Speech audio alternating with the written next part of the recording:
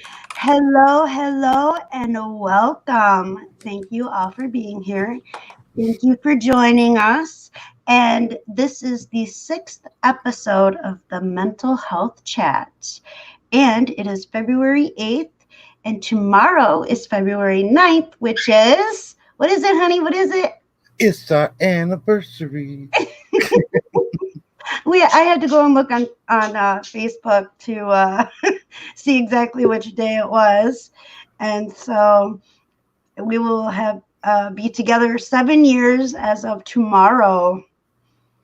So If it wasn't for Facebook reminders, I wouldn't remember birthdays. I wouldn't. Hey, hey, Anthony, welcome. Hey, Darlene. Oh, you're muted. Gotcha. Yeah, I was muted so they wouldn't hear me type. So today's Sandy's birthday, you guys. oh, is it? Is it? Happy birthday, Sandy. Happy birthday. Yeah. Much love, much love.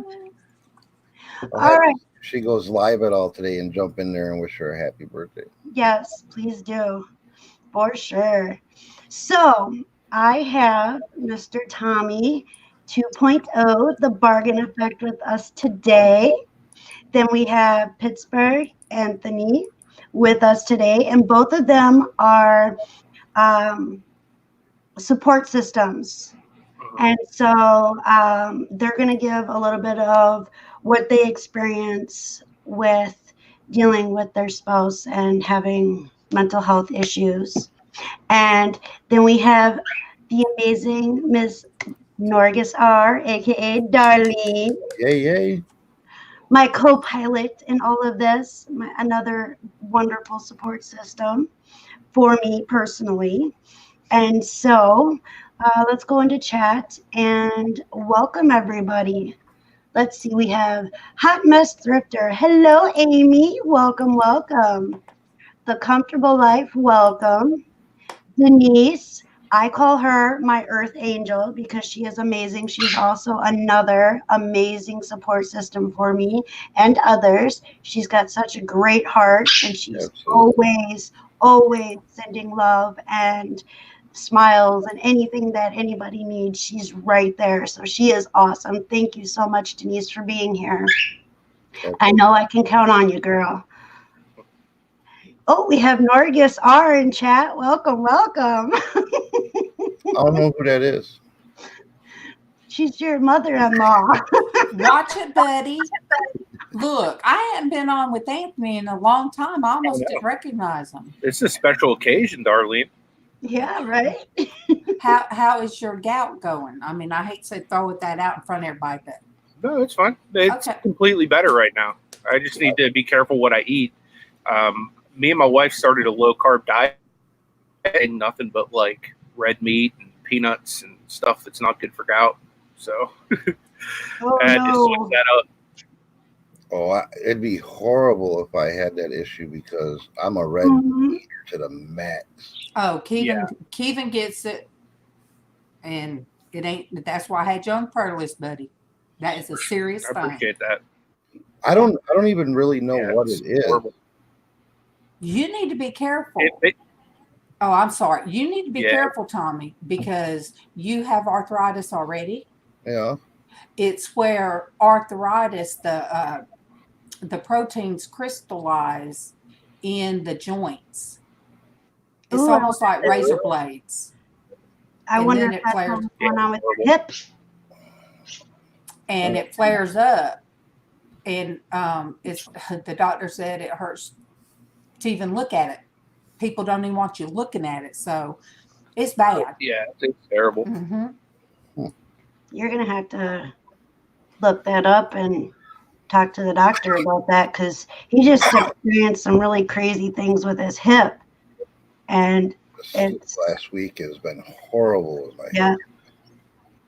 Yeah, it was to the point where I slept on the couch last night because he was just in so much pain, and I didn't want to like bump him or anything because I toss a lot in my sleep, and I slept on the couch so that he could get comfortable and not have to worry about me jarring his hip. Yeah, we were laying down to watch a movie, and all she did was go to get comfortable, and she just barely tapped my knee, and it went through my hip like Oh man. It was an accident. I felt so bad. I'm like, I'm gonna go sleep on the couch because you need. Then I felt bad. Yeah. All right, Jennifer Hayes, welcome. Let's see who else. We have Rosie's Closet. Welcome, my dear. Let's see who else do we have in here. Jonathan, welcome. Lynn, welcome. We have Pittsburgh in here as well. Welcome. I heard that's a good-looking guy, that Pittsburgh. Yeah, that's what I heard too. I understand he's a pretty nice fella. Yeah, I hear he's a big old gentle giant. Yeah, with a big heart. Well, thank you. All right, and I think, No Money G, welcome. I hope that I have everybody welcomed. If not, please make sure you say, hey, you skipped me so that I can welcome you. So, like I said, this is our 6th episode of the Mental Health Chat, and we have Anthony and Tommy who would like to go first and spilling the beans about your significant other and what you guys go through with their mental health. I go through pulling out my hair. I don't know. Go ahead, Anthony. Sure. Yeah, so I've been dealing with it for about 15 years with my wife. She's, little backstory on her. She's had a real rough life. She was like 15 when she was born, and she's addicted to heroin, pills, the whole 9 yards, very abusive to her and stuff like that. So she grew up basically, getting beat by her mom and abused, all that fun jazz, the life of drug addiction and everything. And then I think when she was 10, she started stealing her mom's pills and just kind of mimicking what her mom was doing. And she got raped for the first time, I think at like 12 or 13. And then basically it just was like a downward spiral in her life. She was like in and out of placements and juvenile detention centers. And basically she dealt with bipolar, extreme depression and anxiety. And, she tried to kill herself 8 or 9 times. Thank God unsuccessfully. But it's just been a whirlwind for her whole life. And we've been together for 15 years. It's crazy how we even got together. Like, we ended up hooking up the day after she got out of rehab for the very last time. And it was almost kind of like a divine appointment that we ran into each other, because we were able to kind of help each other get our lives straightened out. I didn't really suffer from mental illness too badly. Like, I've had anxiety and stuff in the past, but it's like nothing like debilitating or, that would be a major stronghold in my life like it is for her. But it's just like a constant everyday battle, because you never know how she's going to wake up, what kind of mood she's going to be in, what kind of mood she's going to be in when she comes home. You know what I mean? Emotions are very topsy-turvy. 1 minute she's like down in the dumps, doesn't want to live. The next minute she's like, hey, let's go to Niagara Falls. Let's do this. Let's do that. You know what I mean? Like, wanting to like run around and enjoy life. So it's like very bipolar in a sense, but also very heavy into depression and anxiety and stuff like that. So I feel like God's kind of put me in her life to kind of equal her out, because I'm very much a chill person, and I'm very good at helping people just relax and find comfort and stuff like that. So I really feel like God's put us together for a reason. And, I've been able to, really be there for her emotionally over these last 15 years. And I've just seen tremendous growth from her, as far as, the mental illness and stuff like that goes. She's even gone through seasons of helping other women with mental illness. Like, we ran a women's recovery home, and, she helped a lot of other women with the exact same issues that she has. And I've just been real proud of her, the way that she's kind of handled this. I know for her wanting to seek help professionally, go to a counselor, get on pills, that was a big struggle for her because she felt like she was failing or that she had failed God. But what she has now realized that was actually a victory, because she was like, this mental illness is not going to win, and I'm going to do whatever it takes to make sure that, I'm getting better. So I've been real proud of her for that. That's awesome. That's awesome. Tommy? Oh, man. I'll be honest, there's days it's a real struggle. It really is. I mean, I go through so many emotions trying to be there for Destiny. Sometimes I'm really sad for her. It's like, wow, why is she going through this? And I feel helpless because there's days, no matter what I do, it's not gonna help. Maybe it helps, but it doesn't seem like it's helping. So then you have the frustration of there's like nothing I can do. You get upset. Sometimes you get angered because to me, it doesn't make sense. It's like you're all worked up, you're all upset about this. Destiny goes through a lot of things where she gets upset and lets it ruin her day on something that could happen.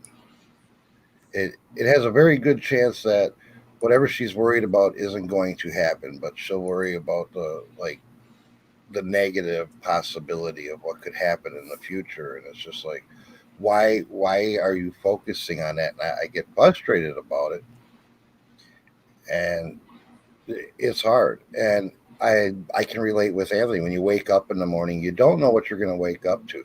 Sometimes you wake up, everything's glorious. It's, hey, good morning, honey, blah, blah, blah. And then I'm like, all right, this is gonna be and there's I always let her speak first. I let her make like the first move in the morning, so I can judgment that scale on the good, the bad day.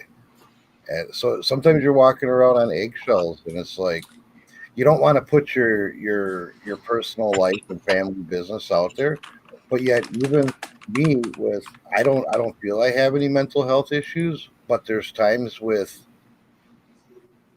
dealing with Desi that I feel like I maybe need to talk to somebody professional to help me be able to be more. I don't feel that I'm comforting enough at times because, like I say, certain things don't make a difference. Sometimes I feel I'm too harsh. Sometimes I feel, just helpless. And it starts to make me feel like I'm having head problems. And I don't know. I don't really know what I'm supposed to say here. It's a struggle. It can be a struggle. It can be a drain. It can be exhausting. But then there's the up times that make it all worth it. Otherwise, I wouldn't be here, right? For sure. Not to mention the fact she's wearing a shirt with your name on it, bro. Hey, absolutely. Oh, she's Tommy's girl. I got this from Hip Flip and Mama Kelly. Uh-huh. Hip Flip and Mama is awesome. I love her. Darlene's got her Alabama shirt on. Well, I have my Nintendo shirt on. I'm a big nerd.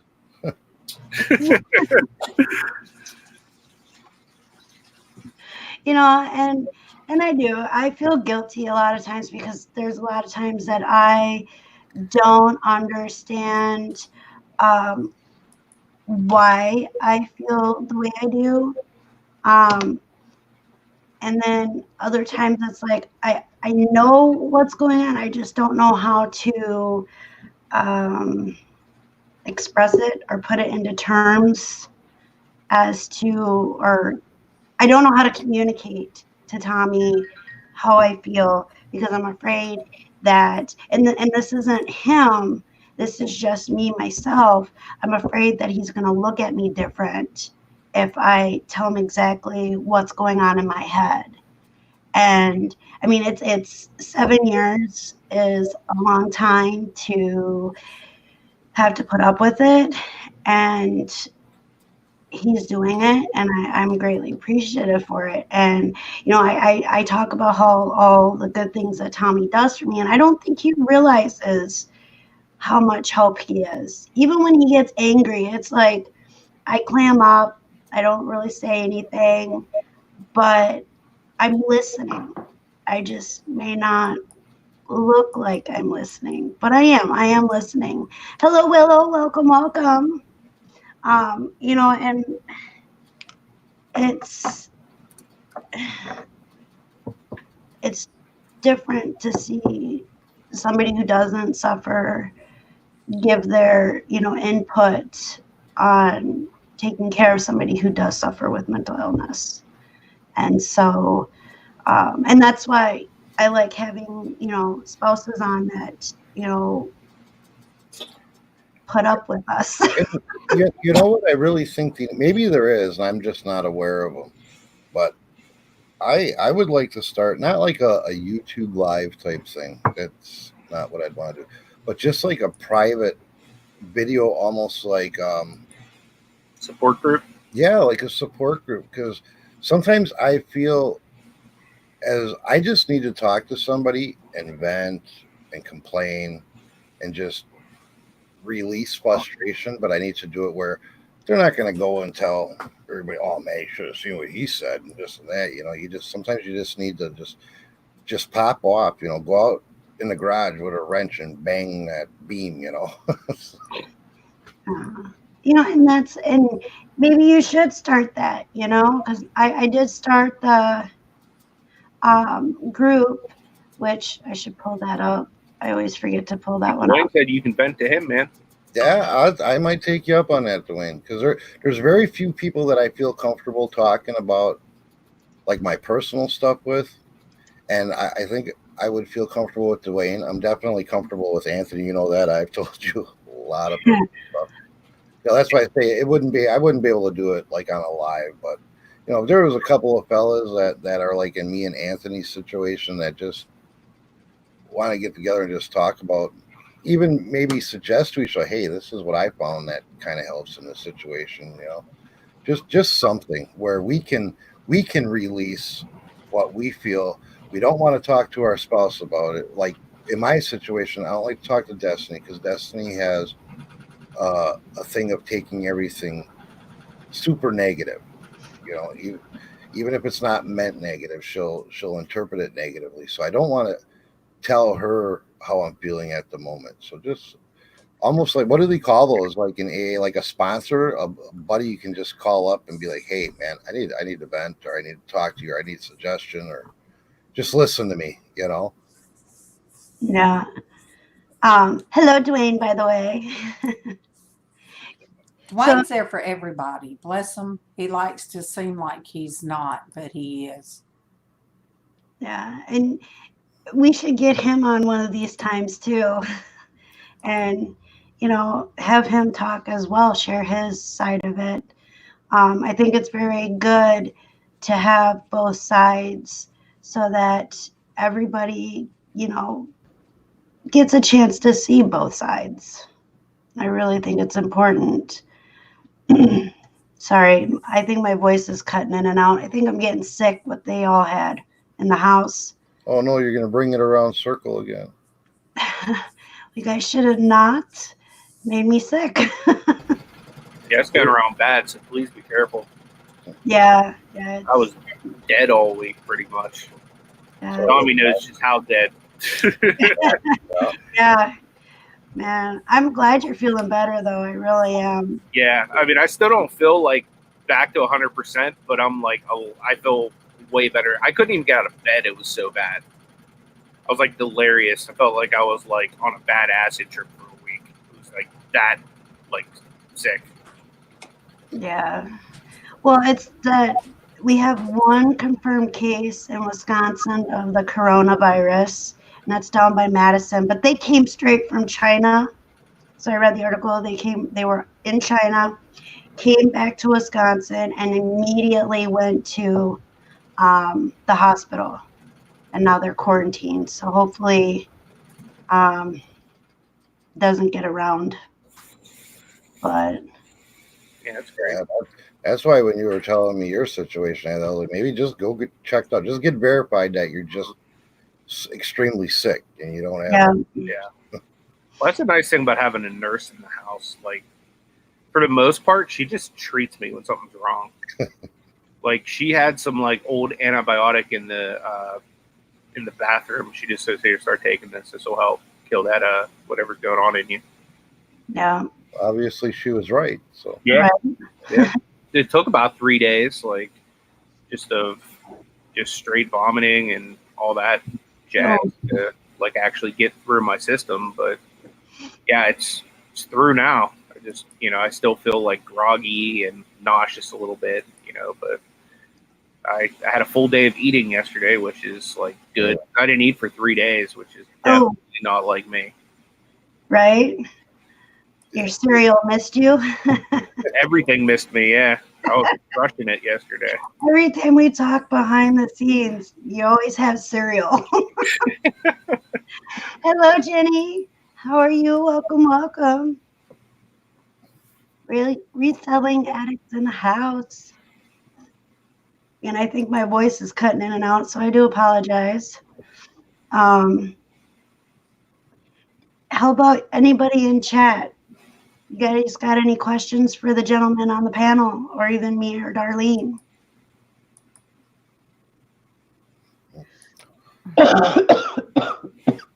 Sorry, I got a cough. Hold on. I know when I wake up in the morning, every day there's flipping hope. It's gonna be a good day. You should. You guys both going. That's awesome. I wish I had mine down here, but it's upstairs. I spilt my coffee, so Like, Anthony's coming on today, so we gotta memorialize him with his. yep. I have this one. Well, it's the same mug. It's just I'm showing flipping hope because I'm left-handed. Tommy's got this side because he's right-handed. Right hand. It's awesome. I like that. So yeah, I just got here. Jenny was asking if we have a topic today. Yeah, this is spouses that support somebody that has mental illness or just mental illness support, I believe, today. Yeah, it's spouses who support. If anybody has any questions or if anybody would like to jump in, I'll put the link out. Just support stuff, So I just have to grab the link. And like I say, it can be a struggle, but then there's that feeling of reward too when she's, down in the dumps or anxious about something, and you can turn it around too.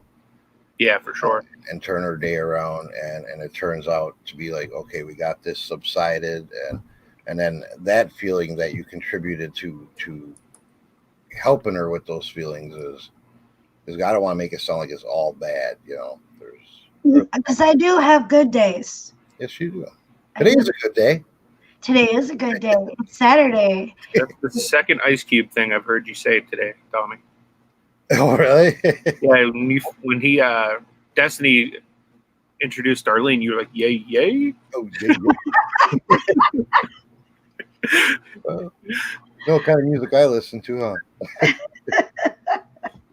Dwayne said, I have my coffee makes me poop mug. See, honey, people do buy that stuff. You were telling me that they don't. That's what coffee does to me. I have that same problem sometimes. Okay. Yeah, it Yes, works. now I'm gonna have to go out and jump in the other. My computer don't want that right. Okay, that's What's it's wrong? blurring and Dwayne's asking, does my wife have a diagnosis? I'm sure she does. I've been to the doctor with her and everything, like the psychiatrist.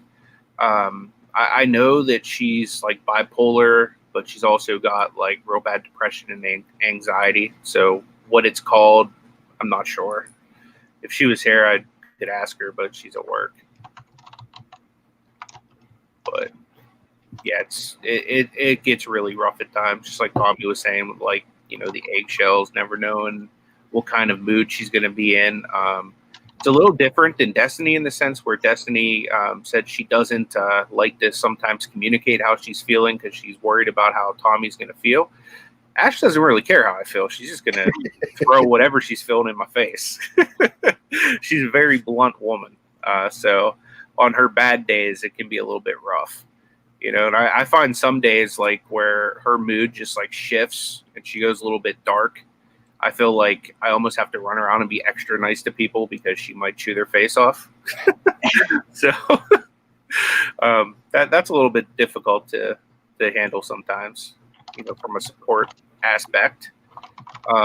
She also doesn't like to hear that she's wrong ever. So especially because she gets very, very spontaneous and compulsive. You know, she's had several fits of like, I think they call it mania, where she's not like down, like wanting to kill herself, but she's like super like high on life, like the opposite. And she wants to run around and like buy all new living room furniture or get a brand new house, go get a new car, like, you know, go, you know, on a spontaneous trip somewhere. Like, so I have to kind of manage that aspect of it too. So even when she's not down, I need to make sure she's not too up as well, if that makes any sense. So Yeah, you got to kind of keep that balance. Put her up. yeah, Lynn said they call that manic. Yeah, she does that as well. So and the manic is always like more fun to deal with, but it's like, oh crap, this is gonna like come back and bite me in like 2 months whenever we're like completely poor. So yeah. I don't think I suffer from that, do I? Tommy, do I have things like that go on? No, not really. See, like you're kind of the opposite, where you don't share what you're feeling. You know, you do take like Destiny can't take any critiquing in any way. Like, I cry. yeah, you know, like if she's working on a shirt or something, and I simply say, this would be a better way to do it within the program or something. She takes that as I'm telling her she's doing bad, or she's just totally wrong, and I'm not telling her she's totally wrong in what she's doing. I'm showing her a more efficient or an easier way to do it. But because she knows that way, she gets really upset. She'll start crying, and she's like, I'm trying. And it's like, I know you're trying, but I'm trying to help you be better at what you're doing. And that's just an example. It can be with anything. If she makes dinner and it's too salty, and I just say, next time, you know, cut back on the salt. Oh, you don't like it. No, that's not what I said. It's just a little too salty, you know. So you get the feeling where sometimes you feel like, dang, is it easier just to lie and say, yeah, it's good? Or be honest so she doesn't make it too salty next time, you know? Hey, honey, every time you move, your camera's shaking. You're bumping. Yeah, your camera. Okay. That's because I got my hands on it. Yeah. My wife gets like that in a sense too. When you try to tell her something isn't quite right or whatever, she always reverts to, well, I can't do anything right. I fail at everything I do. Yeah. That's not true at all, but that's how she feels, you know? No. And that's hard to deal with, because you want to help them do something better, or they ask you your opinion, but you get scared to share it sometimes. You know, so it's like, and those are the eggshell times that I'm talking about. Yeah. Yeah. Well, Dwayne says most manic people have to deal with one of three scenarios when they are manic: drugs and alcohol, spending money, or sex. This is how they act out. Yeah, and I can say that I've experienced her through all three of those phases. Yeah, mine's spending money. Yeah, that she has a thing for. Yeah. Yeah, I'm a shopaholic when I'm coming down, I guess you could say. Retail therapy Yeah, she'll look for things to buy, just Yeah. come up with reasons why we need it. And it's like, we don't. It makes no sense. And after I get it, we get home and like I'll look at it and be like, why did I get this? And Tommy will look at me like, really? And I'm like, yeah, I don't know why. And then it ends up in a drawer or in a tote in the closet or. Yeah. Yeah. And I have a bad habit of not wanting to throw things away. Don't That's I the think? harder part of you. Yeah. Yeah. It's I'm getting better though. He I has found a way to get around that. yeah. You want to tell him? When I feel that she's accumulating too much and stuff's just starting to clutter, I binge watch Hoarders for about 3 days, and then she just goes through and starts getting rid of stuff. Yes, that's just the stuff. That's not including clothes. When it comes to clothes, he like yells at me. And then I'll go through all my clothes and get rid of like 3/4 of my clothes and then start over. See, and that's part of being like a reseller too at the bins, because it's so easy to accumulate that stuff because you're getting it so cheap when you're buying. But I like this. I like that. It's only going to cost me 50 cents, or it's only going to cost me 75 cents, and she ends up with all these clothes that she wears it the one time and then it just sits in the closet. Yeah, I'm guilty of that. Let's see, chat. Jeff is amazing support. I've been going through so much with this constant pain and depression. I'm so lucky. Yeah, and I feel the same way. I do. I feel the same way. I'm very lucky to have Tommy in my life. And I'm sure Ashley is very, feels that she is so lucky to have someone like you, Anthony. Because it's not everybody can step in and do what you guys do. You and Tommy do. And it's hard, and we don't try to put you guys through this. It's just happens.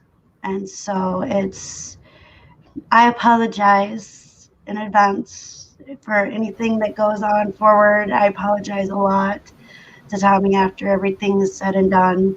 Like the other morning, we sat down and talked. I was trying to do my motivational video for this week, and I had a complete meltdown, and I felt helpless, and I felt like my motivation it was really dumb now that I look back on it. But at the time, I couldn't control how my mind was processing what I was reading, and I have to learn how to, it's going to take some time, learn how to separate what I'm researching to help other people and not try to like intertwine my stuff in with that. Associate it. Yeah. And I know that I have another issue where what did you call it, honey? Or what did I call it the other day? No, I can't think of it. Self. Oh, you Yeah. like self-destruct yourself a lot. You I don't know. You just like self-destruct things. You Sabotage. Yeah, you self-sabotage yourself, Yeah. And then you get upset, and it's like, well, this didn't work out because you did this, and you knew if you did this, it wasn't going to work. So why would you do that? Why did you feel the need to do something that you knew was going to turn out bad or not right? Or, Yeah, I do that a lot. That's a part where I kind of don't know how to deal with it, because I see her doing something or going down a path that I know is going to end up bad. I express it to her, she challenges me on it, and then it ends up bad, and then she's upset that it ended up bad when she knew it was going to end up bad. And it can be anything. It can be from the way she's going to cook a certain style of food, to the way she's going to design a shirt, to the way she decides to handle something in life. It's just she like self-destructs herself. And if she starts getting like really good and heading in a positive direction, it almost appears like she intentionally does something to put a stop to going in that positive direction. She'll put up a barrier and create some type of obstacle that makes it harder, and then she just gives up on it. Does Ashley do that, Anthony? Yeah, she does that in certain aspects. She also starts a lot of things that she doesn't finish as well. Like, she wants to do all of these projects, and she'll pretty much like get it started and then basically just leave it to dust. I don't know if you do that at all, but yeah, she does that a lot. She wants to be artsy. She went from wanting to full-fledged get into making and painting lawn ornaments to this styrofoam concrete creation stuff, to wanting to be a nurse, to wanting to be a counselor, a therapist, and that's all within the last couple of years. And she gets real ambitious and she's super excited. And then it's like, okay, let's do this. She's excited about something. We invest some money, or we take a trip, we get her some supplies, and then 2 weeks later, there it sits. Or it's just you never hear about it again. And she's on the phone and she's telling me, and she's telling her mom, and she's telling her friends, and I really want to do this. And then all of a sudden it's gone. Yeah. Yeah, I don't understand why I do that.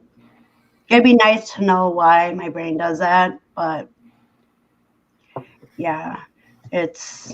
Dwayne says Heather has an entire room where crafts go to die. Her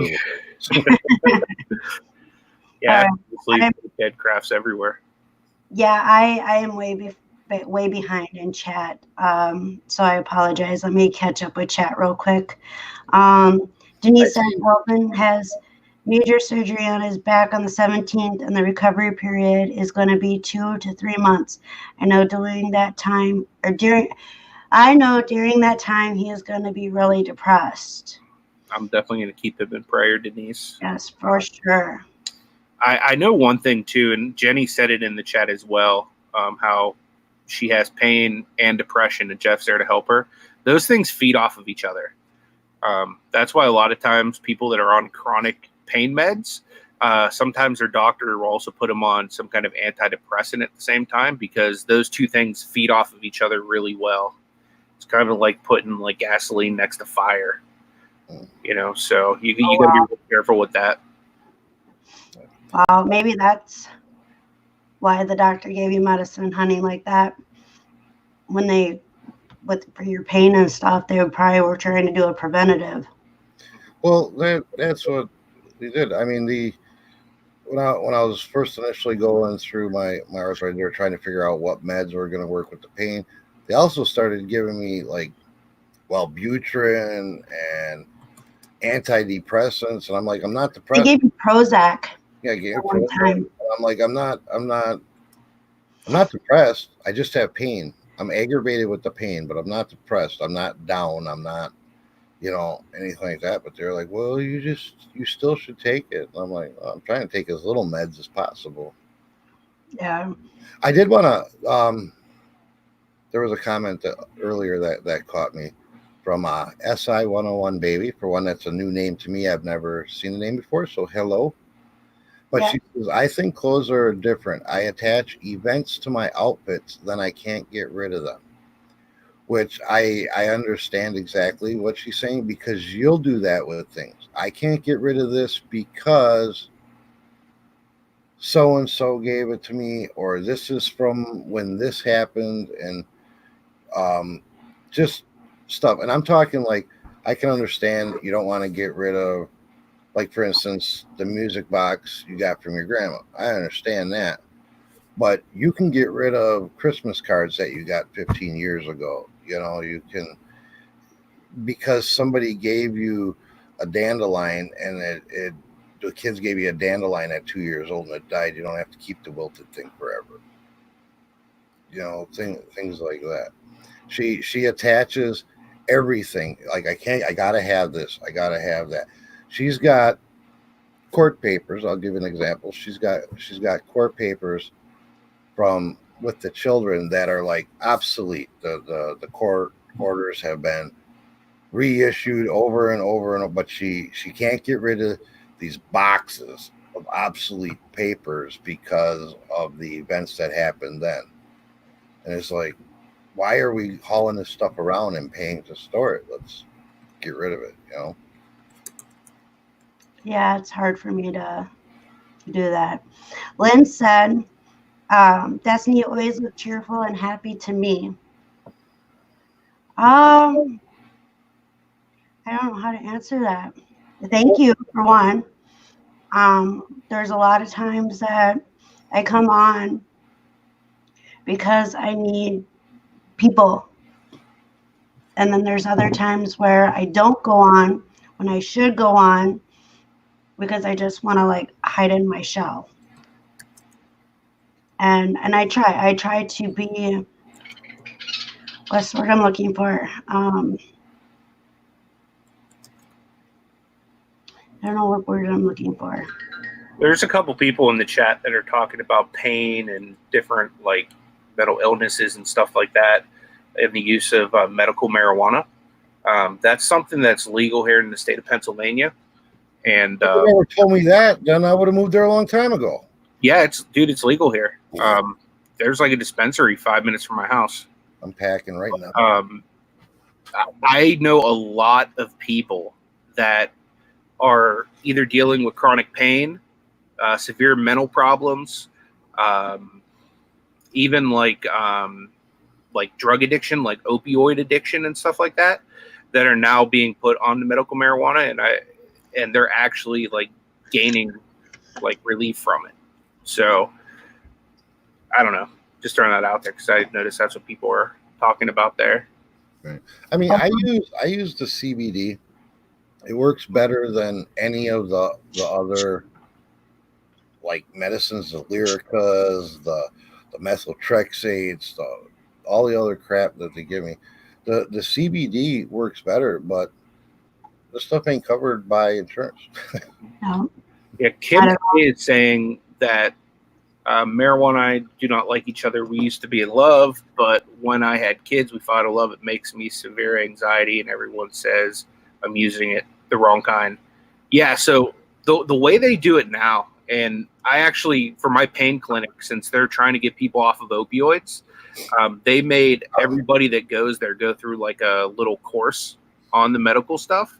They have like all of these different, I don't know if they're genetically modified strains, but they have ones that are specifically supposed to like take care of like anxiety and depression, ones that are specifically supposed to work on like chronic pain.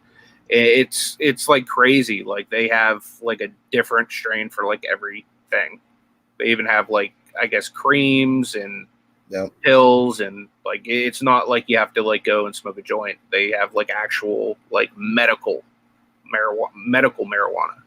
You know what I mean? Where you can get a pill, you can go get a cream, you can get a lotion. Yeah, they have gummies, they have gums, they have the topicals, whatever you call it. Yeah, they have like all that stuff. Yeah, I know. Tommy has repeatedly said that he can't wait till it's legal because he thinks that would help me. It might. I mean, I don't know. I would definitely talk with your doctor. Yeah, it's not legal here yet. Sorry about that. No, that's okay. Pain management in Pennsylvania is trying to steer everybody off of pills and into like the dispensaries. Oh, wow. Yeah, it's like becoming like a big thing here. Wow. And like I said, I do apologize for being so back and chat on here, but I just want to kind of address everything that I can on here. I usually always seem happy and cheery, but I do battle depression. We're good at hiding it. Yeah, and that's the thing. That's a very good point. You know, a lot of times I don't come on to just strictly talk about negative. I want to have a break from it. So that's why when we do live hangouts or, you know, just do some fun stuff, it helps to kind of counteract the bad that may have gone on that day. You know, so I don't always like coming on and saying, yeah, I had a really crappy day. I don't want to be that negativity. I want people to know that you can have good days along with your bad days.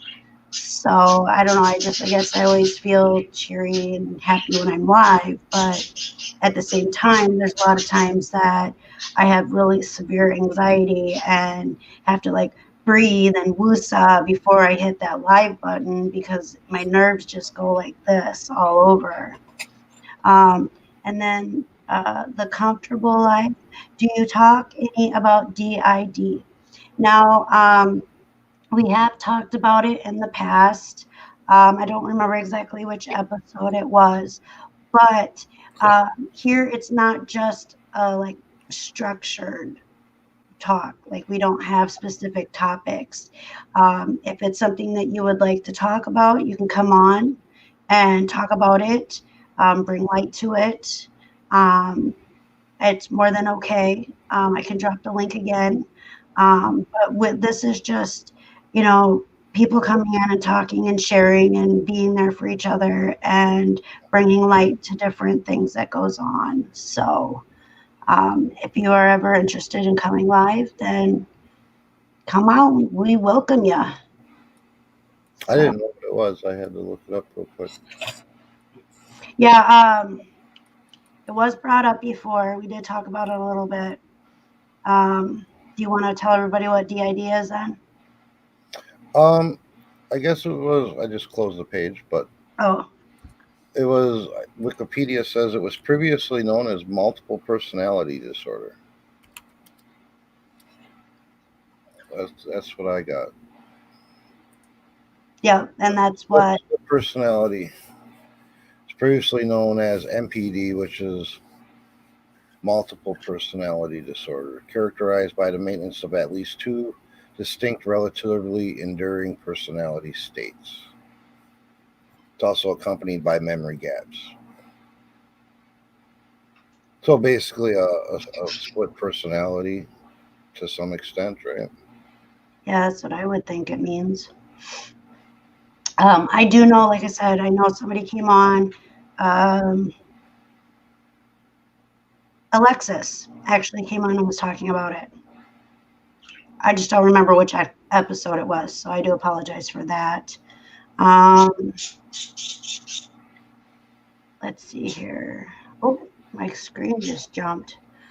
I see we have more people that joined us. Thank you, thank you. Let me get up here so I can.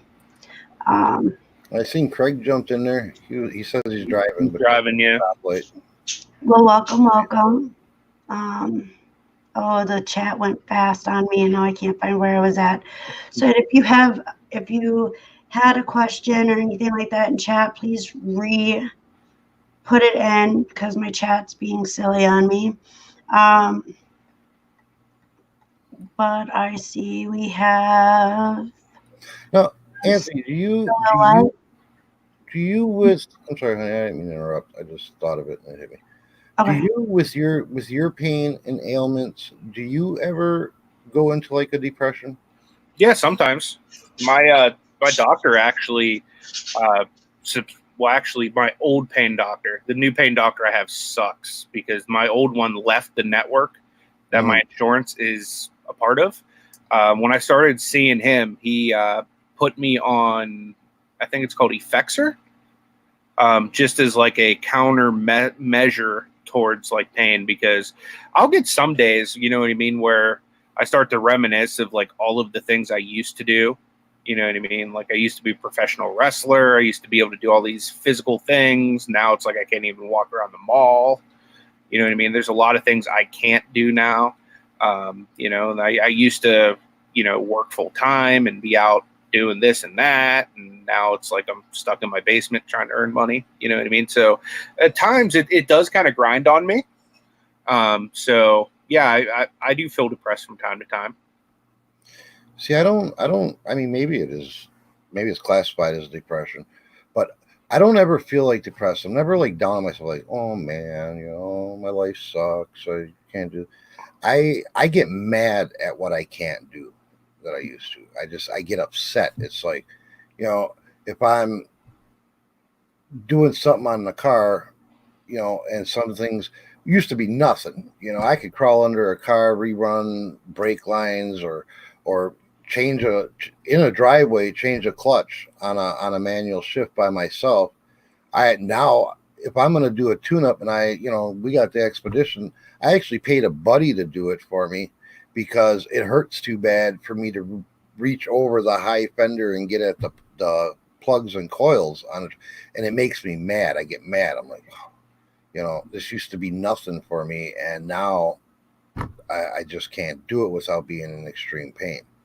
So I don't really feel like what I classify as depressed. To me, depression means sad, and Yeah. I don't get sad. I get angered. Well, it could just be a different form of it. Yeah, I say I don't know if that's classified depression of some sort, but Jenny says that she feels like a burden. And that's, I think, one thing that kind of fuels me getting depressed is when I start to feel like a burden on my wife, because, you know, for a while there, I was the primary breadwinner, you know what I mean? And then just a deterioration of my body and everything, like she had to kind of take that role.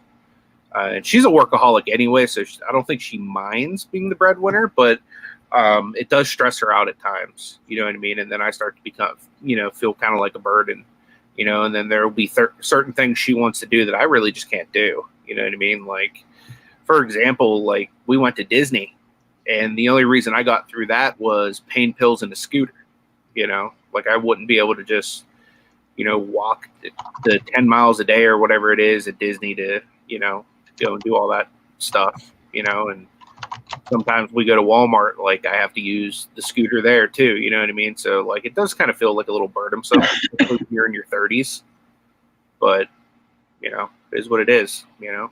Just trying to make the best of it one day at a time. Yeah, and I feel like a burden. Like when there are times where I am completely just losing it and can't control it and can't come down.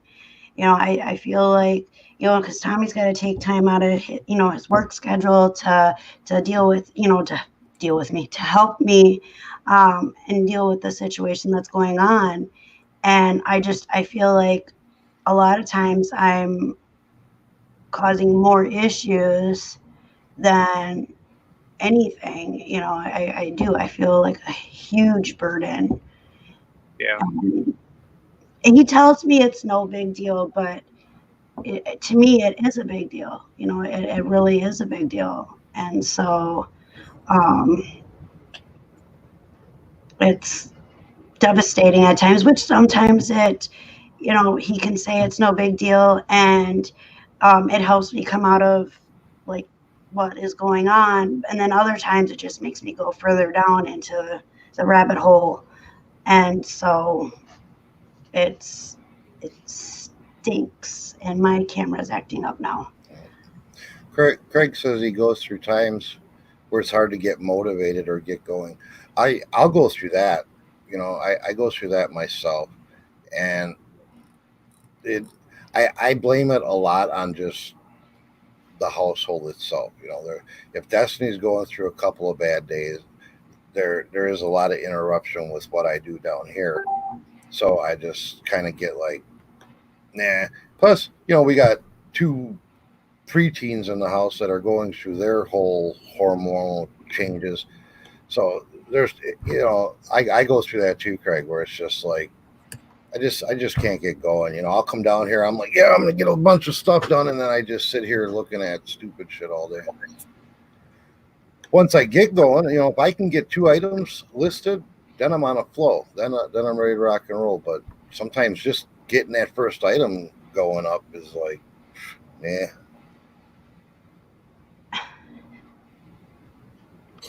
Ansley wants a scooter. She said she would deck it out with Christmas lights and the tiny window.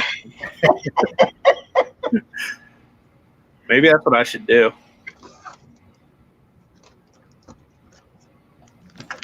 Pimp my scooter, like exhibit style. Right? That is too funny. I want to get a scooter that has like the what is it, like those low riders with the lift kits? Oh, hydraulics on it. Yeah. Lynn said, This was Anthony in 3-wheel motion.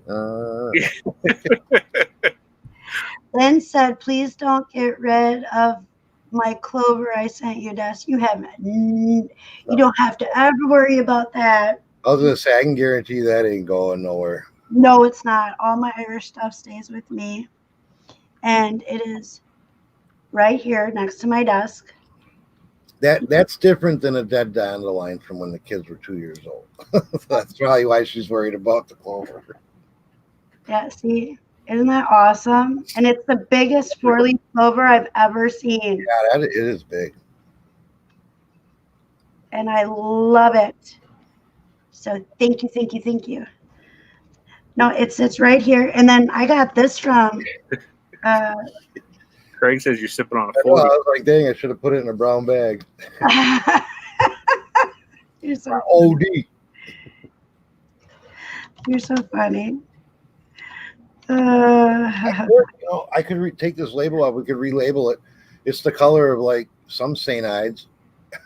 Oh, jeepers. I'm sorry to hear that, Jenny. Yeah, that's one of the main reasons I haven't had further procedures done to my back is because they tell me it's like a 33% chance all the way around the board. Like 33% I'll get better, 33% it'll stay the same, 33% it's gonna get worse. So yeah, it sucks. Especially because you figure you go to the doctor and they're supposed to like put you back together.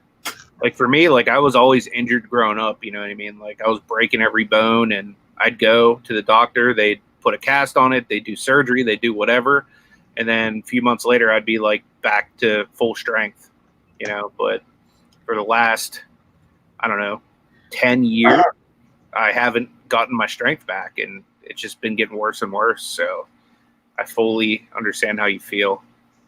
I'll keep you in prayer for sure. Kim A said, and I've missed this live every week, so glad I made it this week. It's nice to talk to people that understand stuff like this. Yeah, for sure. And that's why I'm doing this, so we have a safe place to be, no judgment, and you can, feel safe to talk about it and to get help and to reach out and bounce ideas off each other. So hello, Mary, welcome. Solar Life 420, welcome.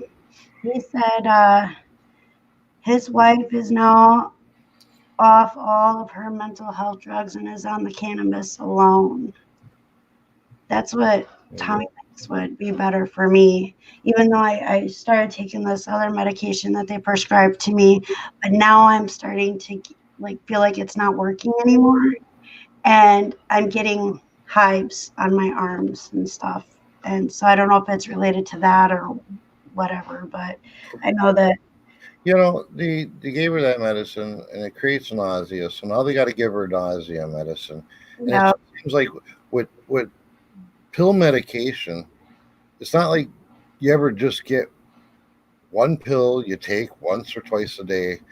And it's always, you got to take this pill. Now you got to take this other pill because of the side effects of the other one. And then something, so we got you on 15 different types of meds. Yeah, and none of that can be good, and I know people say marijuana is not good for you, is this and that, but I mean, dang, it can't be as bad as popping all them different prescriptions into your system. When we got together, how many medications was I on? Like 22? Yeah. 25 pills a day. It was Ash. And it was... And she was a roller coaster, Oh, yeah. She'll go, she'll have a bad time. It's usually either a good day or it's a not so good day. But when she was on all them different medications, you didn't know if it was going to be a good next 5 minutes or a bad next 5 minutes. You know, it was just a up and down all day long. I want to put it out there for everybody in the chat, and obviously Tommy and Destiny too. But if anybody ever needs to talk about this stuff, you can feel free to get a hold of me anytime, and I'll talk with you, pray with you, whatever. Not only do I deal with it with my wife daily, but a lot of the issues that were brought up in the chat, like the depression and chronic pain and stuff, I deal with that myself. You know what I mean? Like that's the life I'm living. So, I'd be coming from a place of, being able to understand what you're going through and stuff like that. And Destiny has a Facebook group that is really awesome. It's called Mental Health Safe Place. That's a good place you can go if you're ever struggling, and people can, be there to support you as well. And I'm open too. Like if there's, like even spouse wise, like I say, sometimes I get that feeling that I just need to vent or talk to somebody and know that it's not going to go anywhere else. Like I say, I'm open. What up, dude? Hey. Hello. Oh, I look like I'm lagging. Maybe it's just me. You look good on StreamYard. We all are lagging on YouTube. I almost had to.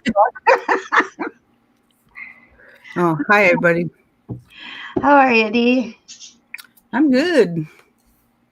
Awesome. Just, I love how organized the back of your room looks, Dee. I think that every time I see her on, it's like, dang, I wish my area looked like that. I mean, it's just my shoulders and above, right?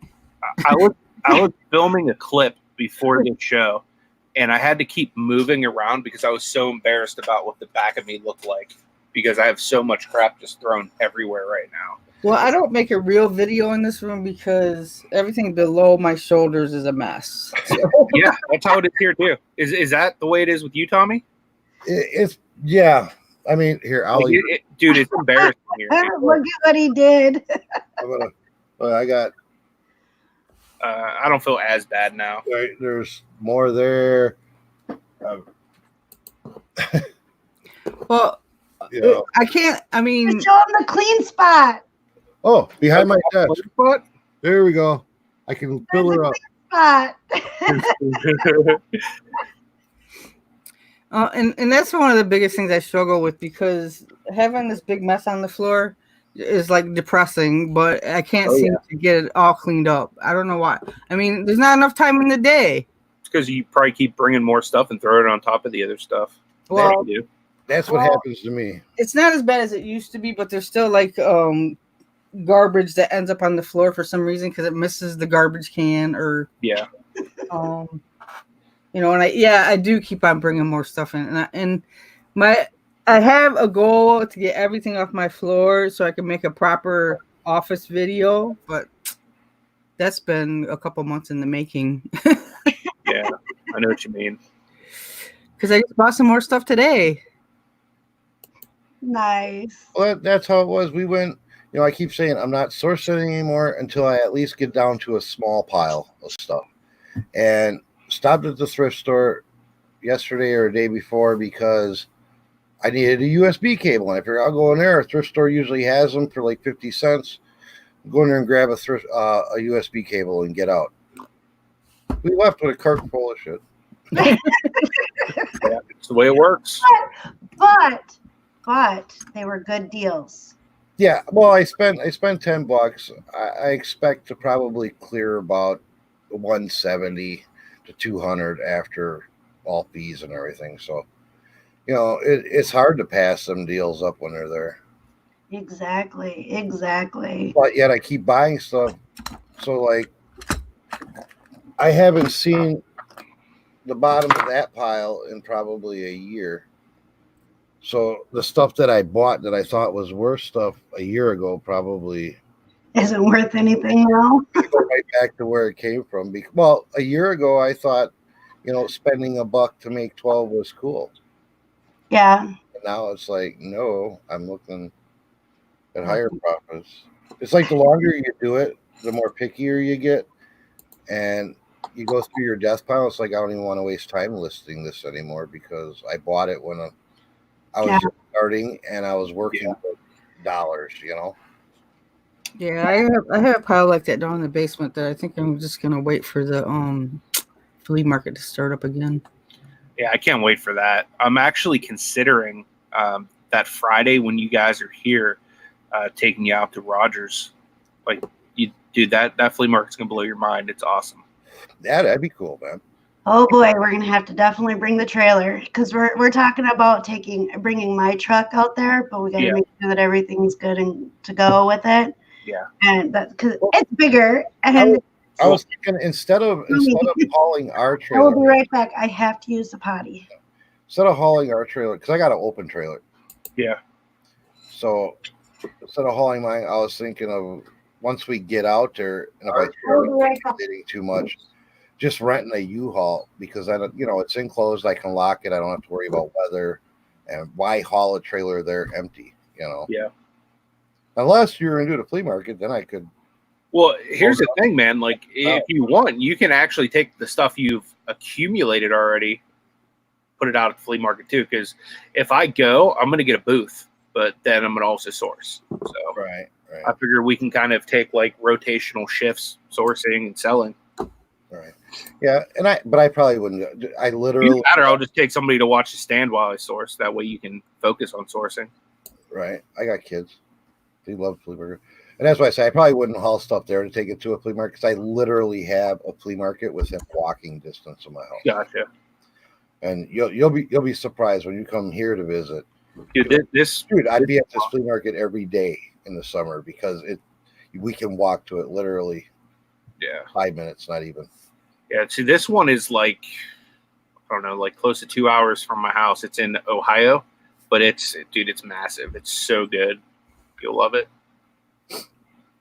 I'm trying to think how many vendors ours holds. I think ours holds like only 500 vendors. And then we have about half of that are permanent people that have sheds there. And we had one there, but we gave it up because I was like, okay, to do the flea market, I'm investing I figured 24 hours a week for the weekend there because, we get there at 6, we're there till like 4:30, 5 o'clock.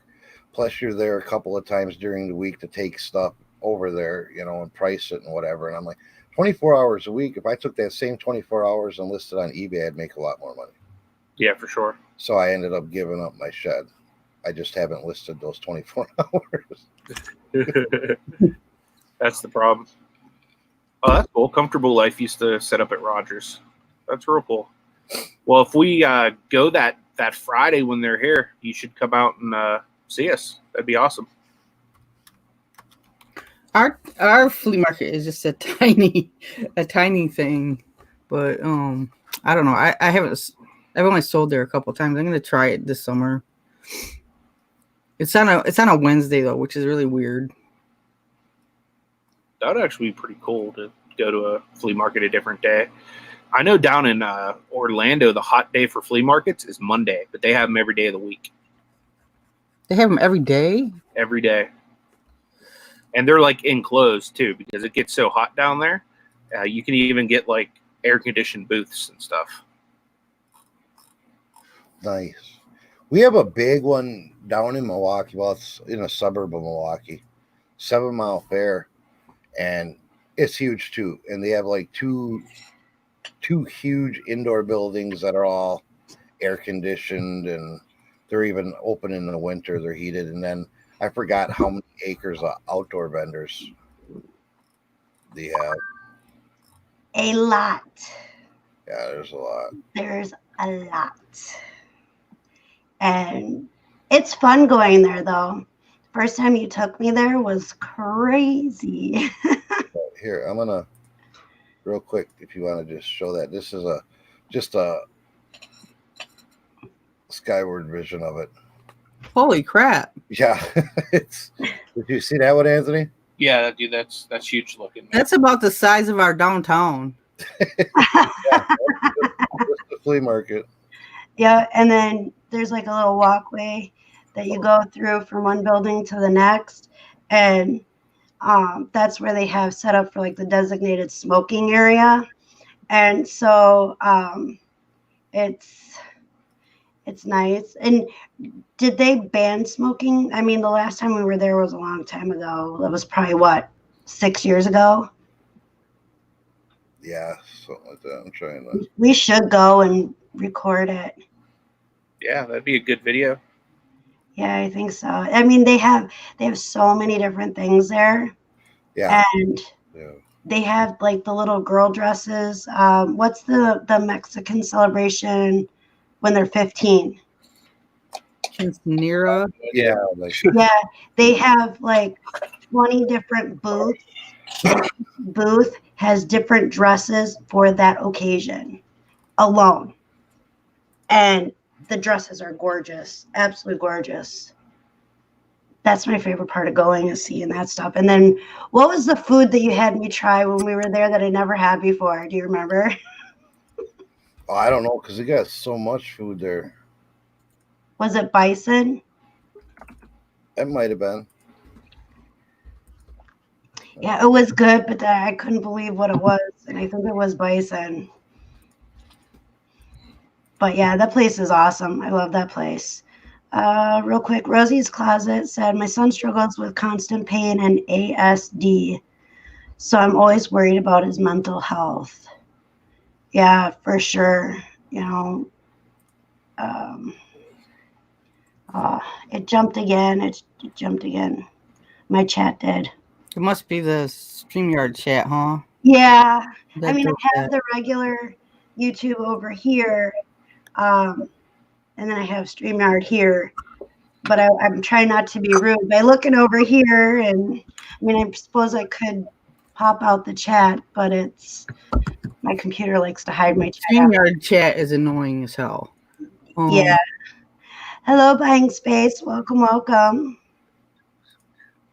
I know that she was here before. I did see a comment before, but I just couldn't remember if I said hello or not. One of my biggest helps with pain is I managed to marry a chiropractor. So yeah, that helps. There you go.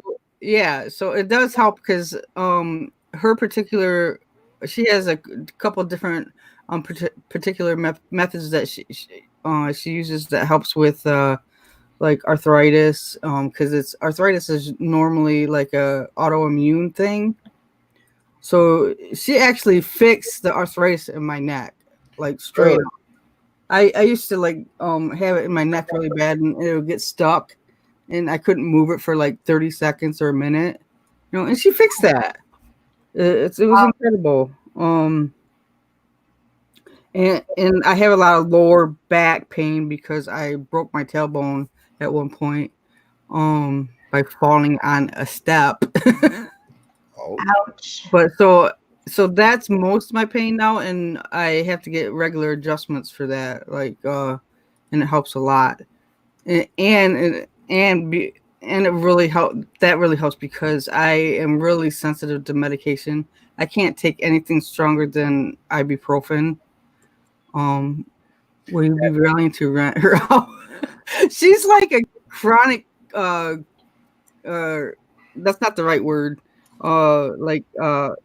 She got a word for it. She's like a chiropractor. Like everywhere we go, she's like adjusting people.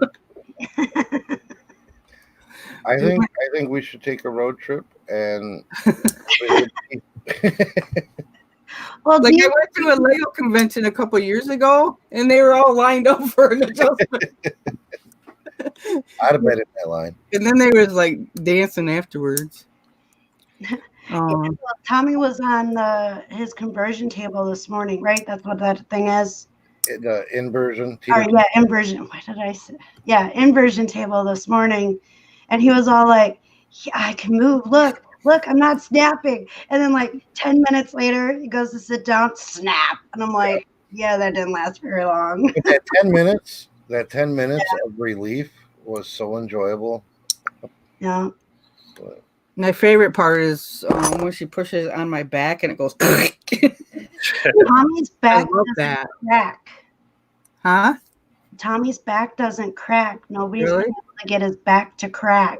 But I have vertebrae that are fused though, so those you probably wouldn't want to crack because if those Right. probably. But she uses this tool that's more gentle. It's like a gun. Does it look like a needle, but it has a flat thing at the end? Kinda, yeah, and it goes click click. But when she pushes on my back, I love that because it just goes crack. But I know when we were at the mall and we had them little Asian dudes who bought ourselves that massage. That think about this. My favorite. Yeah, I started dozing off, and then I couldn't feel nothing for a while. I felt like I was floating on a cloud, but nothing hurt. Like I don't have as much pain as other people. My pain is more in my feet. I'll be right back. She shouldn't have to touch your skin, Kathy. But yeah, that sounds like you have overactive nerves. I actually have to bounce, Des. Okay. I promised Nate I would help plan out like what we're doing for the meetup. Okay. So you guys, whenever you guys are done, if you want to bounce over there. All right, sounds good. Thank you for joining. Much love. Much love. Thank you so much for having me on. Yep, not a problem. Anytime. See you guys. See you later, Anthony. Hello, just me, Kathy. That Welcome. sounds like overactive nerves for sure. She can't touch your skin. Ooh. Ooh. Ugh. Everybody needs to be touched, Kathy. Ouchie, ouchie. Touched at all by anyone. Hello, Glenn. Welcome. Let's see. Did I miss anybody But else? I'm also not that there's anything wrong with other people taking it, but I can't take any medication because it just makes me sick. Sick. I'm too sensitive. Yeah, medication makes me fall asleep. Even Tylenol will make me fall asleep. So I've had to, figure out different ways to deal with it. I still take ibuprofen, but that's about as far as I can go. Because anything else I take, it just makes me sick. Oh, yeah, that's no good. Gamer Pro, welcome. Hey, Key Lime, welcome. Let's see, who else do we have? SI 101, baby. I don't remember if I said hello and thank you for coming, but hello and thank you for being here. That's the problem with oxycodone and other things like that, Jenny, because you grow immune to them and you just have to take more and more. And that's where the addictions come in because, you get used to it. So you keep increasing the doses. Yeah. Yeah. I was diagnosed with fibromyalgia I think that when it flares up, that's like when it's really bad. But I mean, I don't live constantly in pain other than my feet. But I have very weird bones in my feet. I've had a lot of surgeries on my feet. I have plates and screws in my feet. Yeah. It'd be difficult because you have to walk on your feet. Yep. And so I have the foot specialist told me that I have the bones in my feet are the equivalent to a little child's feet bones. Wow. Yep. And I stand, how he described it was like a tripod with my feet. And so they had to go in and try to correct it and fix it. And they can't, as of right now, they can't do any more surgeries on my feet because I've had so many that it's not really doing anything to help. So, but I have a lot of scarring on my feet. I have a lot of I have plates and screws and all that wonderful stuff. I broke my foot bumping into the support beam in our basement, the little lip. Yeah. I barely touched it and broke my foot in half. So I have very crazy bones in my feet. Wow. That's amazing. Yeah, he's like, I've never, and then the weird thing is I did it the day before I went in for surgery to have a plate removed from my foot. We had no idea that I broke it because I was in a foot cast, one of those walking boot things for 3 months. And when they took the walking boot off, I went to step and fell flat on my face. and had excruciating pain in my foot, and they did an x-ray and found out that I broke my foot in half. Remember that, honey? I do. And it's actually the support beam that's right next to him that I did it on. Oh. Yep. So. Because my blood is abnormal. You've had so many surgeries on your feet. Just yeah. since we've been together, and you had surgeries before that. Yep. And so, like, I can't wear high heels, like the normal high heels type shoes. Although I did find a pair the other day when we went to the thrift store. When we went for a USB cable. We went for a USB cable. I am able to wear these because it has a chunkier heel and it's not very high. And it makes me taller, which I love. It's about 2 or 3 inches too high for me. Yeah, I like to walk. Because they're cute. I picked those out. Yes, you did. Show the whole boot. What's that? Show the whole boot. Oh. I thought they were cute. Here, let me make myself bigger so I can show it. Back up a little bit. There you go. Yeah, I think they're a cute boot. I love them. Are those like size 2? No, actually, they are size. Let me see. They're 7 medium. They're a little big on me. So, okay, a lot big on me, but they're comfortable and I can wear them and I don't have to worry about pain because I wore them the other night and my feet didn't hurt. So, I was very happy with that. You guys would not believe how much you can clear. I mean, I've said this before, and I don't want to sound like a repeat or like I'm forcing my opinion on anybody, but you would not believe how many things not eating sugar and flour will clear up. I mean, we did this thing for several months. I've been failing at it lately, but where we completely removed flour and sugar, and I never felt. I mean, that's the best I've ever felt in my life. It's like it was so crazy. Really? Is that like a gluten-free diet or something?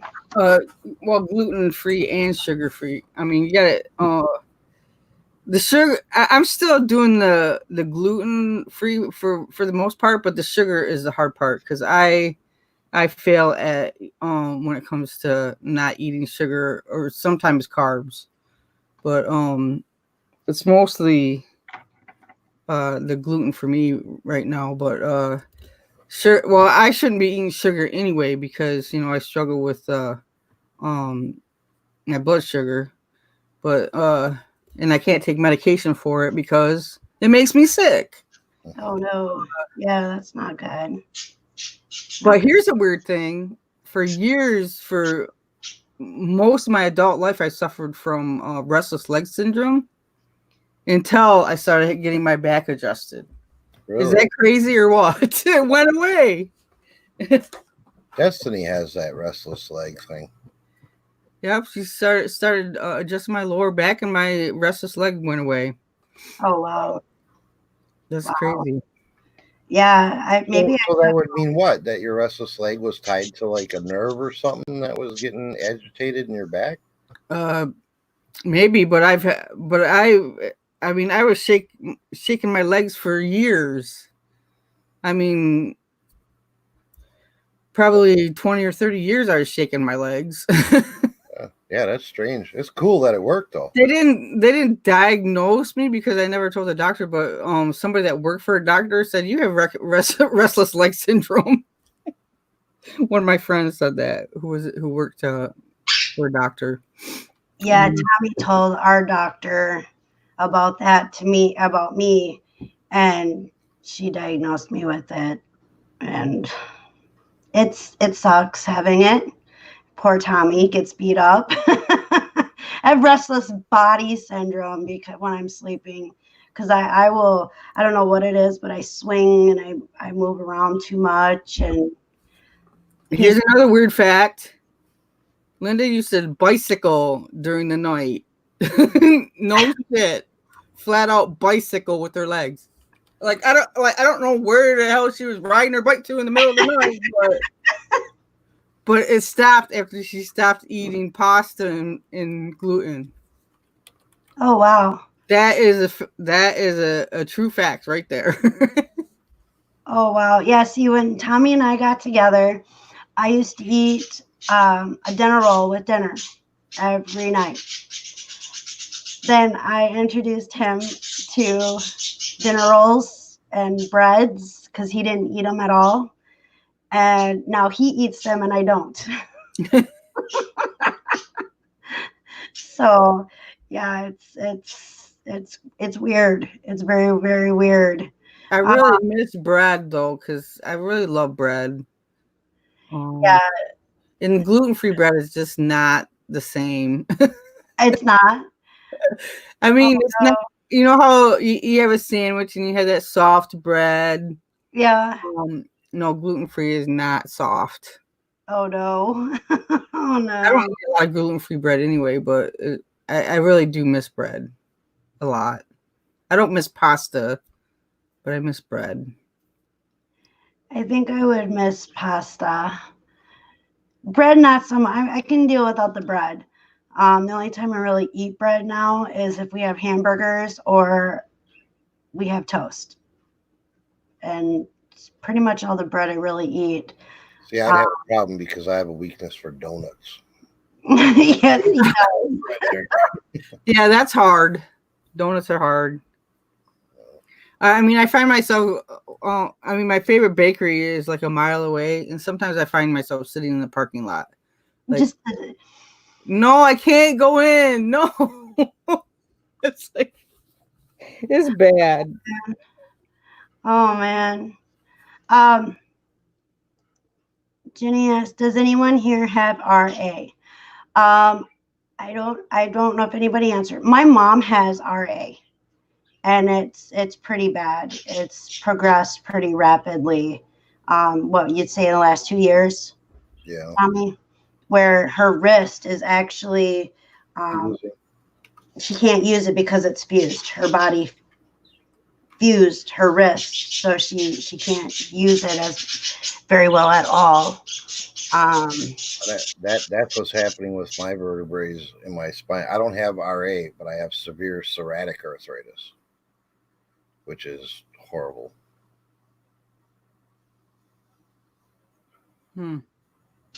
Kaplan is yelling at the mirror, which means she's yelling at herself. How about inflammation though? That's why I try to stay away from the flour and the sugar. It's inflammation. And inflammation causes a lot of problems. It does. And I know when Tommy is inflamed, he's crabbier. Why are you avoiding the mothership? What's that? Somebody Fishing and Picking is trying to avoid mothership. Oh,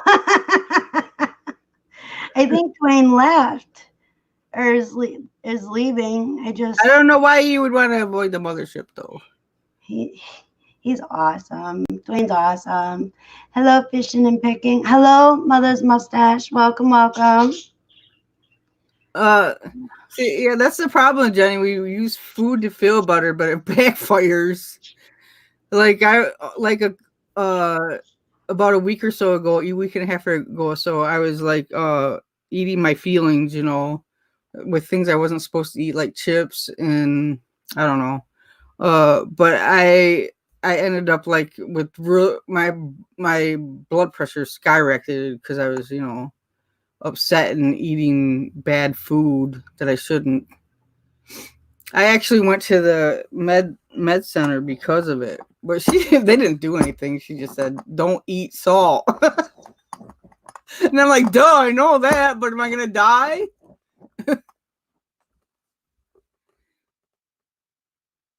Oh, yep, the mothership is here.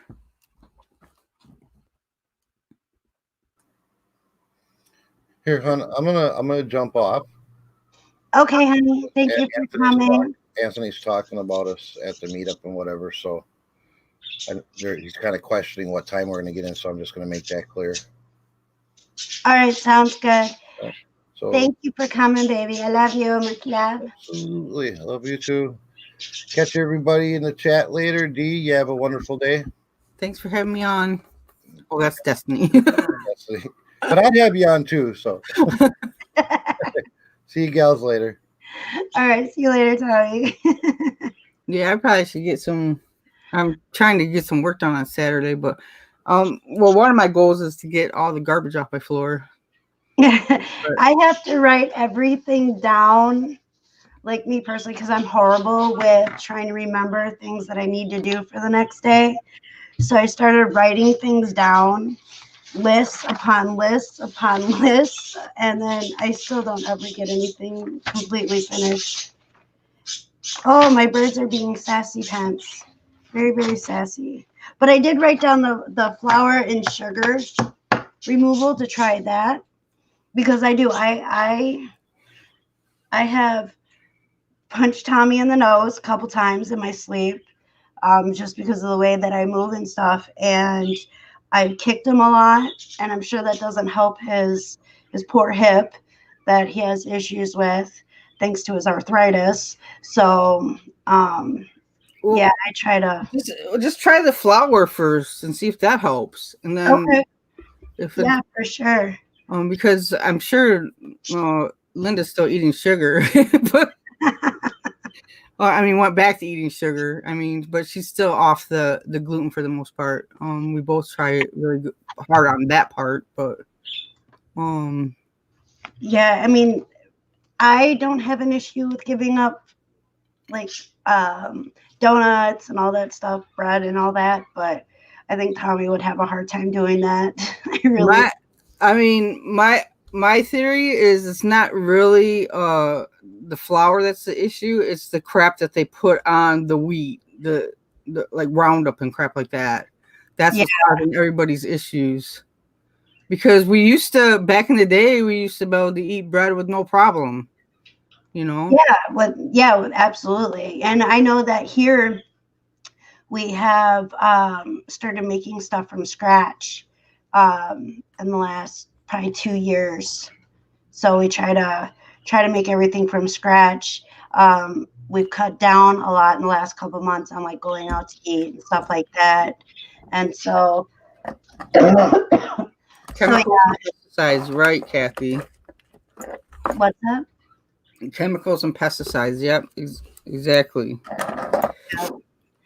And I learned how to make like cakes from scratch and all that stuff. So, much love. Thank you for coming, girl. All right. Amy, I dropped the link in chat if you wanted to join. She said something about meeting her kiddos or something. It keeps jumping on me. Do you want to meet my kiddos, Des? Well, everyone, LOL. Yeah, come on in. Come on in. I think I'm going to jump off now because I have some pictures to take. All right. Well, thank you for joining, and I will get back to you on the conversation. Oh, wait. I just going to clean my floor. And the conversation we had, I'll get back to you on. I've been doing a little bit of research, so. Yeah. Okay. Okay. Thanks for having me on. Yep. Much love. You have a great day. You too. Bye. You bet. All right. Hello, Amy. Welcome, welcome. You just must be. I seen her.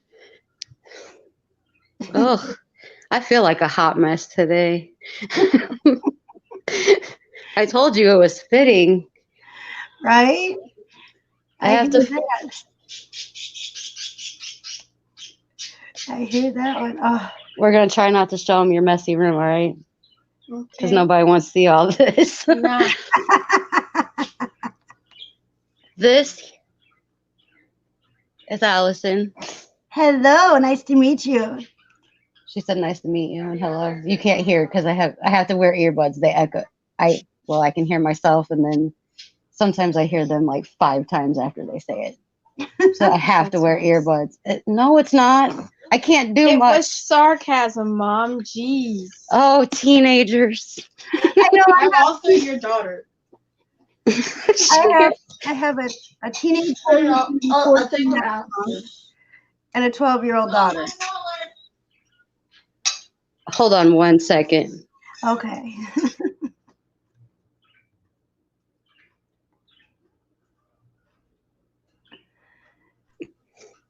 Right. It's all you can see is Destiny. Oh. She's the one that you love her name, Shamrock Pixie. She's like, oh yeah, that one. Okay, you gotta sit up because I'm not sitting on the floor. I'm not sitting on the floor. Hurt. I'm too old for that. I should pause my Ellen. You're watching Ellen? Yes. What the heck? I'm bored. She's 12. I love Ellen. She's awesome. Hello. This is Grace. Hello, Grace. She said hello. Hello. Get the spoon out of your mouth. It's empty. Oh, you have to use the cranker one. That hurt. Wait, stop what you're doing. Okay. This is Andrew. Hello, Andrew. And it's me again. My oldest one is not here. Ah, He doesn't come over too much, you know. He's almost 18, so he's got better things to do than hang out with Mom. yeah, that's my big fear when it comes to my kids.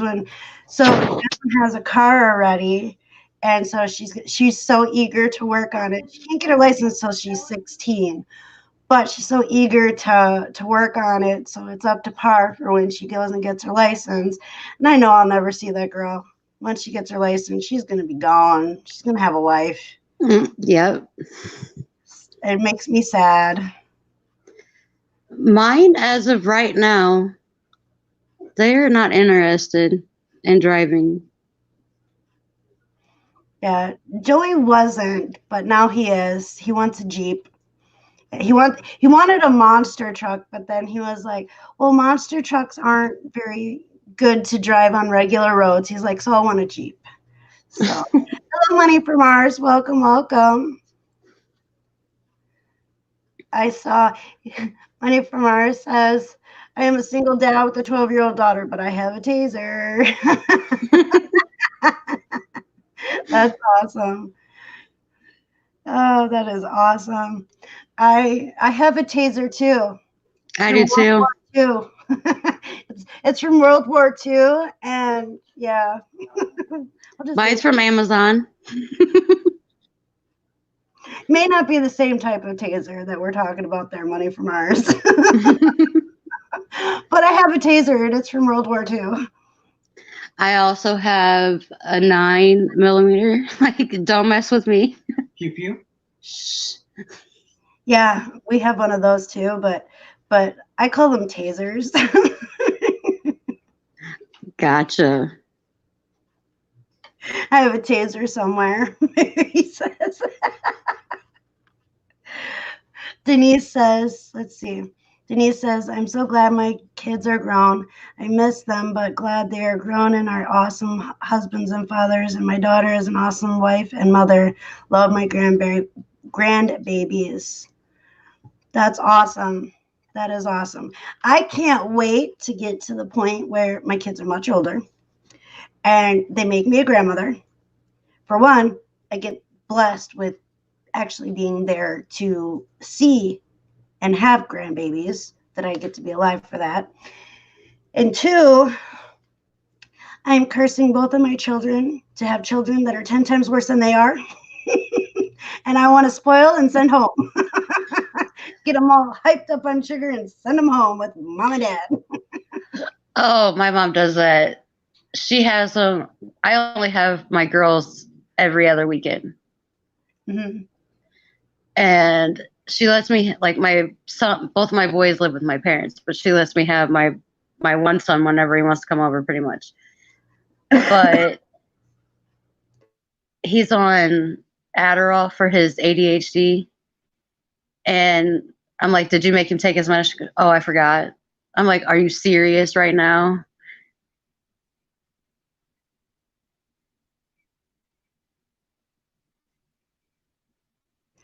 Yeah, my son has ADHD, but we took him off all his medication. He has ADHD with Tourette's, and so his Tourette's is under control. But we took him off all his medication, and we give him peanut butter. See, I have to be careful with that because Grace is allergic to nuts, so I can't just. Yeah. I can't use that like that. Yeah, that would not be very good. Yeah. No, like her allergy will close her throat off and she can't breathe. Yeah. It's been scary. I want to say she was like 3. Wow. 2 or 3, and she ate the crust off of a sandwich from her sister. Had very little peanut butter on it. And I had to put a straw down her throat while talking to the paramedics on the phone. Oh, wow. That was the craziest thing ever. I was so scared. Everybody around me is like, oh my God, what do we do? I'm like, first of all, get out of my face. Yeah. Because I know what to do. But when people are like yelling and freaking out, it's like I want to freak out, but I can't keep it together when everybody else is doing that. Right. I remember pushing them all out of the room and then locking the door. I'm like, leave me alone. I know this is not my first time dealing with this. It ain't my first rodeo. Luckily, so far, I've never had to use an EpiPen. She does have an EpiPen, but I've never had to use it. Benadryl works. The doctor suggested that we use the EpiPen anyway. Yep. But I don't know. That thinking about it really freaks me out. I have an EpiPen with me. I'm allergic to raw onions. I can have them cooked, but I can't have raw onions. That's so weird. And my tongue will swell, and then I'll start to close up. I've had EpiPens, and thank goodness, I only had to use it once. But when it's in that moment, I didn't think that it could be done. Like I didn't think I could do it, but I was able to do it. You kind of like bypass that fear real quick when the emergency is happening, and so right. But yeah, having one is good. I have one. My parents have one. When she goes to church, I put it in. It's actually a purse, but she carries her Bible and everything in it. Mm-hmm. I make sure that she takes it. There's a note in there with Benadryl, even. Yeah. Just in case, like if they really need to use it, I'm not going to be mad about it because it's better to be safe than sorry. And when I lived with my parents, when I first started dealing with this nut allergy, the hospital was like 5 minutes away. Now where I live, it's like 20-ish minutes, maybe more than that. So I don't take the chances like I used to because I'm not as close. Right. Yeah, I remember living close to the hospital when my kids were real little. It was just a hop, skip, and a jump. Like I could literally see the hospital from my back door. And it gave me reassurance that if anything bad happened, I could just get one of my kids right there. So right. We could hear the helicopter. We couldn't hear much of anything else or see it, but we could hear the helicopter. But in the town that I'm talking about, not directly behind it, but a little bit behind the hospital, it was kind of like up the road, just like maybe 500 feet. There's an airport, a really small airport. So, I mean, I don't know if I'm hearing the helicopter from the hospital or if it's the helicopters and the planes that I'm hearing from the airport.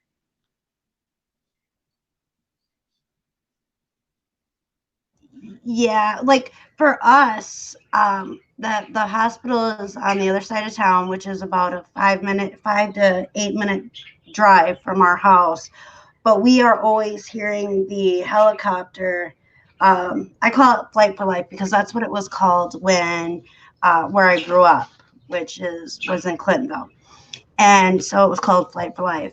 So I always say, "Oh, Flight for Life just went over," and people look at me like, "What?" I guess it's called like something star, but it literally like is on top of like just above the trees where of our house when it Wow. comes through. So yeah, Tommy had to ride in one of those almost 3 years ago. June it'll be 3 years. He had to ride in one because he ended up with septis or Oh however you wow, say it. Poison. yeah, Yeah, he almost that's died in not it. good. No, so I actually watched as the helicopter went over because I had to come home and get the kids and the babysitter and stuff. We had to rush to Madison, but I literally watched as when he was in the helicopter go right over our house. It was crazy. Like my mind, like I don't remember getting to the hospital. Like I was driving, but like I was concentrating on not crashing and just getting there as quick as I could with everybody. But I know that triggered my anxiety pretty bad when we got there. And so it's those things, every time I see them go by, I always make a small prayer, say a small prayer for whoever's got a ride in it. I do the same thing. What I was just talking to one of the ladies that comes to get grace for church. I don't know what even brought it up, but I was telling her when I was Allie's age, my best friend had died in a car wreck. And I made the mistake of watching them wheel her to the helicopter. And still to this day, even though it's been this amount of time, it's been over 20 years, and I could still see that image in my head. Yeah. Welcome back, Rosie's Closet. Crystal, welcome back. Yeah, my best friend, in between our junior and senior year, he died right down the road from my house. He was in a car accident. My dad was the one that pulled him out. My dad was on the fire department. This is before he became fire chief.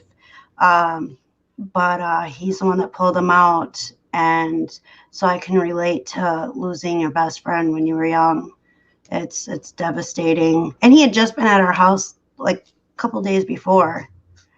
And so my dad woke me up because it was at night when it happened. My dad woke me up to tell me what had happened. And then all of a sudden our phone blew up, and like my dad had to keep telling, yes, she knows, yes, she knows, yes, she knows. And so it was heartbreaking. And I personally am glad that I didn't see the accident itself. Because I know that it would have played havoc on my mental health. So big hugs to you. Big hugs to you. I didn't see like the car. The place where it happened was a pretty popular road for us to go. Mm-hmm. But in the last holy crap, I just realized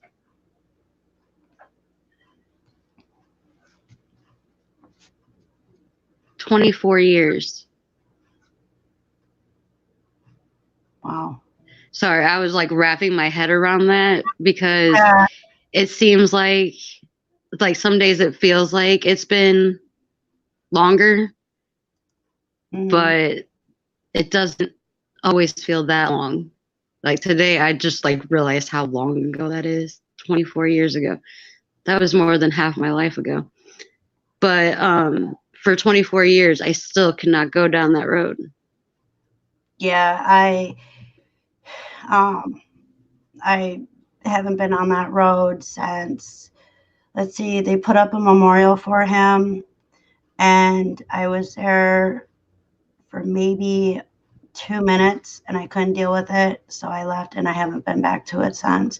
It took me almost 5 years to go to his grave after he passed because it was so hard. I've only been to her grave twice. The day that they buried her and one time after. And I've passed by the cemetery more times than I can count in the last 5 years. And I always say, I'm going to stop in, but I just can't bring myself to do it. Yeah, it's a hard thing. You know, it's really a hard thing. Mary said, I do that when I hear ambulances. My mom always says a prayer out loud. So my dad is the sign of the cross. Yeah, but I don't know why I started doing this, but when I was little, we would pass even an animal, like on the side of the road that had died. I'd always do this, do a cross, and then kiss up. And then my sister, now me and my sister didn't grow up together, but she came to live in Wisconsin for a short time with us. And one day we were going down the road and both her and I at the same time did the same thing. And we didn't know because we didn't grow up together, but she had been doing it when she was little too, all the way up until now. And I still do it. And I'm not sure why I do it. I just know I do it. And I always pull over for emergency vehicles. Mm-hmm. And I don't know if it's because I grew up with my dad being a fireman, and then, you know, all the EMTs, they were like family, and all the police were all our family, you know. Is that not a law there? It is, but it's not really reinforced unless it prevents, like if it, how did they put it? The only time it's really enforced is when it's a, like, I don't know, somebody dies from it or something. I was just reading something on that, but yeah, here I always do it, and everybody that I know does it. But there are people that don't, and I don't ever see anybody getting tickets or getting pulled over for not pulling over. Here you will get, is it $2,000 fine if you don't pull over for an emergency vehicle? Oh wow, yeah, that's what they. Yeah, they enforce it like hardcore. They don't play. But Missouri's kind of messed up when it comes to our laws. Like that, really? I agree. Like that should be common sense. If there's a fire truck or a cop or whatever, and they have their sirens and their lights on, just pull over. It does it. Most likely they're going faster than what the speed limit is anyway. Just get out of their way and then get back on the road. Yeah, we have a lot of people here that are just asinine jerks. Like last summer, I don't know how many times I was able to read somebody's license plate because we were turning and we weren't turning fast enough, so they came flying out and almost hit us.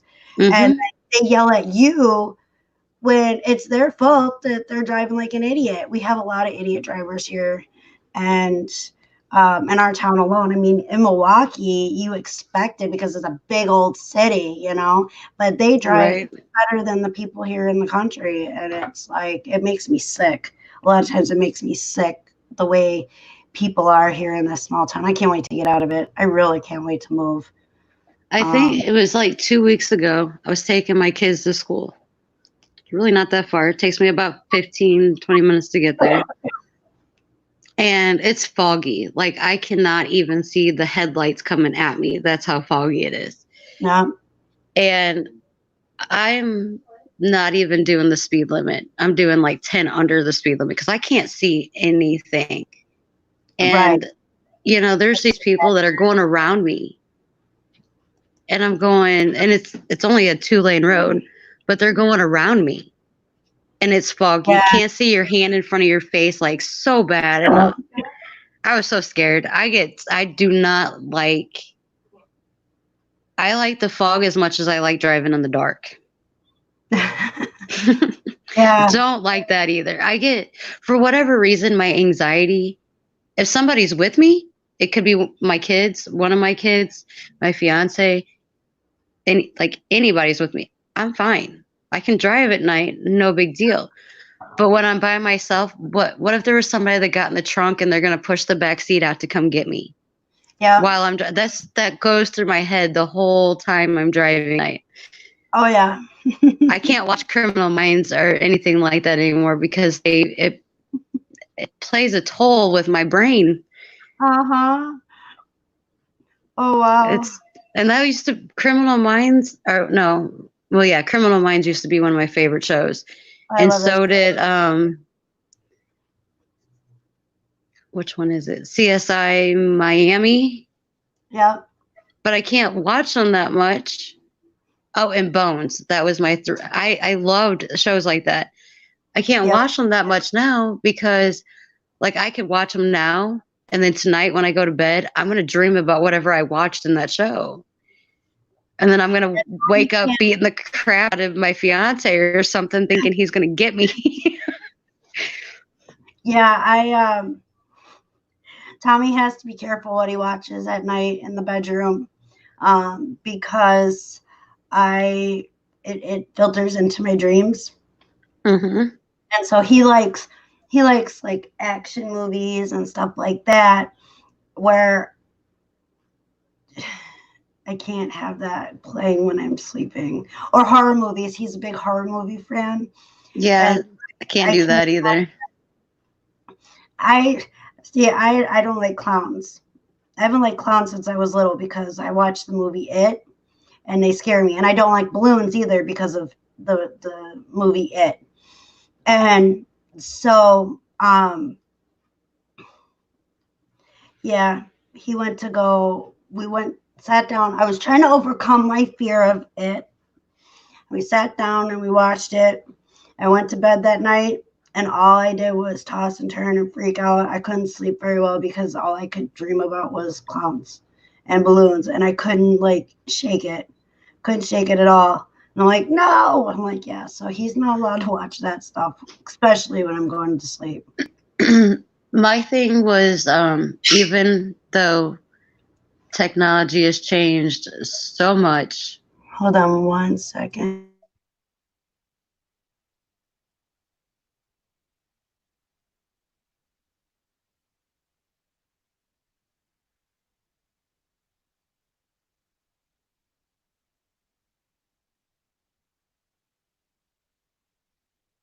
Sorry, we have somebody at the door. I just heard him at the door. I'm like, Tommy, you have somebody here for you. Like the kids. The movies with Freddy Krueger. I can't watch them. No matter how cheesy they look, since they're from like the 80s, early 90s. Oh, yeah. I don't even know. I can't. Nightmare on Elm Street. I will stay awake. The last time I watched one of them, I don't even know which one it was. Didn't even watch the whole thing. Just seen Freddy, and I was done. But I didn't sleep for like 57 hours. I was awake. Couldn't sleep. Not even a little cat nap. Every time I even doze off, I think about it, and it scared me. I jump, and I'm wide awake again. Yeah. Anybody that is in the chat, I have a question for you. And anybody who's watching the live after it's over, put down in the comments, what is one movie that triggers your anxiety or your depression, kind of like really messes with your mental health? Do you guys have any movies like that? And if you don't, your loved one that does suffer, is there a movie that will trigger them?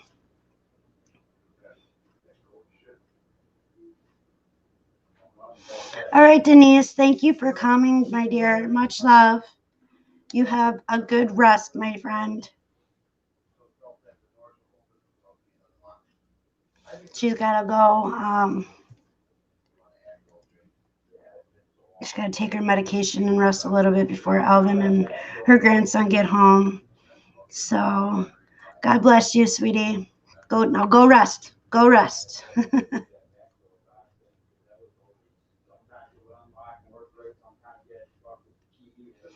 Oh, wow.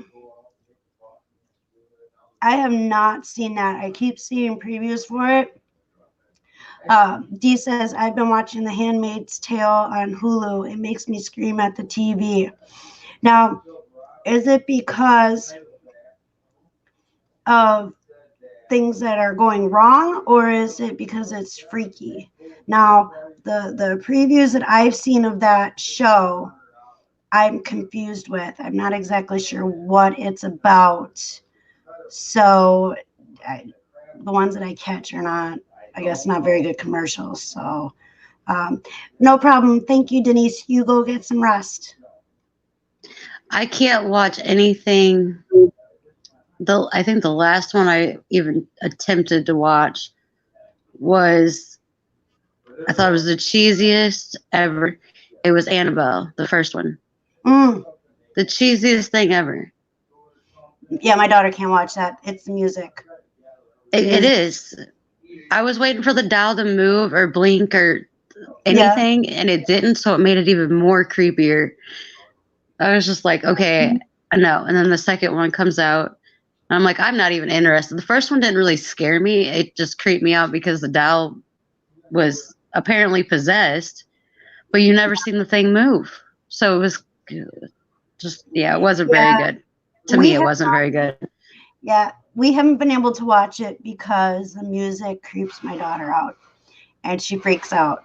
My daughter is very much in touch with music, and she uses, music she feels very deeply. So, so we have not been able to watch that. But there is like the Saw series. I can't watch them at all. I watched some of the first one, and it triggered my anxiety so bad that I refused to watch any of the other ones. And the first one is mild compared to the other ones, from what I'm told. Tommy loves Saw, not me. He can't even play that in the house. I've seen 4. I don't even know how many there are. I don't know. I know there's a lot of them. There's like 7 or 8. I don't even know. I know I've seen like 3 or 4, and I was fine. No, I can't remember if it was the first one or the second one, but there was a part in it that just triggered because they throw a girl in like this hole with needles, like drug needles, because she had an addiction issue, and she was clean, I think, but they threw her in. He had thrown her in the thing with needles, and I never used needles in my drug days, but still, the thought of that, you would have thought it was happening to me the way I was like tensing up, and I started going into a panic attack. Yeah, no, thank you. I'm good. I will so pass on that. I have to watch anything like that. It doesn't matter if it's a TV show, a movie, anything that has the least little bit of creepy murder, anything to it. Oh, wow. I have to watch it during the day. Cannot watch it at night. Another series of music or videos that are not allowed to be played in this house is the Paranormal Activity movies. Oh yeah, I'm not even trying that. Anything with ghosts. I watched the first one. I had an apartment in Jefferson, and I watched the first one, and it was like evening, and my kitchen caught on fire, and I lost my sugar gliders that night. Chippendale Rescue Rangers, not the strippers. But they were named after the Rescue Rangers, but everybody thought it was theirs. Oh my gosh! I lost him from the smoke that was in the house, but my kitchen caught on fire, and it was weird because I did not use my stove. It was one of those old countertop stoves. I didn't have a regular stove. My oven was over here, and my burners were over on the next to the oven, but it was an older fashioned type setup, and I had a cutting board that was leaned up like this, but I hadn't used my stove at all. We hadn't even, like, I didn't use it. We actually had takeout that night, and I think we had McDonald's or something. And the movie was kind of weird, and went to lay down for the night, and the kitchen started on fire. The actual cutting board, it was plastic, fell onto the burner, and it started on fire. That's craziness. Yeah. And so those are not allowed to be played in my house ever, ever, ever. And I like paranormal stuff, but those movies are off limits. They're not allowed. I like the TV show, like Supernatural. Mm-hmm. But when it comes to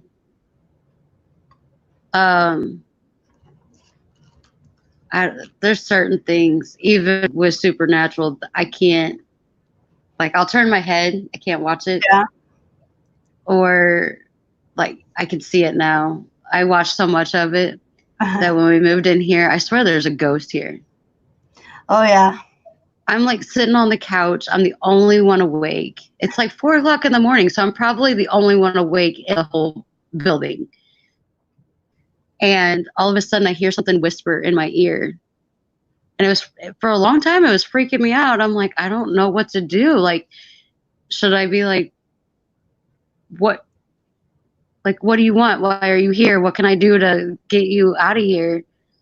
And one night I was like, what the F do you want? And I hear, holy shit. And then I hear somebody like running down the hallway. I was like, oh my God, I'm going to bed. I'm in here just in case I needed my fiance. I'm like right next to him.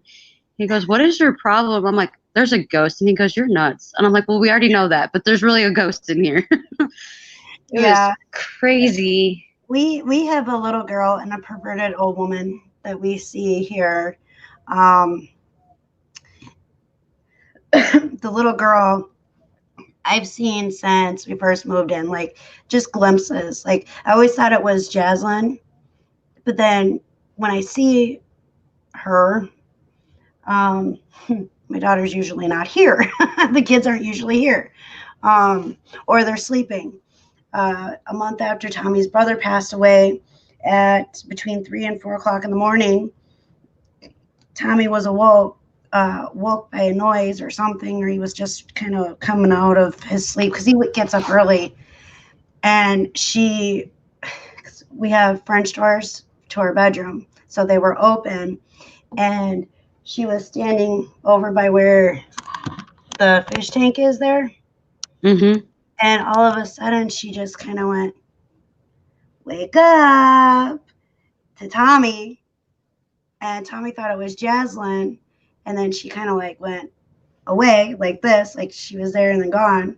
And he went upstairs to check on Jaslyn to say, hey, you could have at least not been so creepy about it.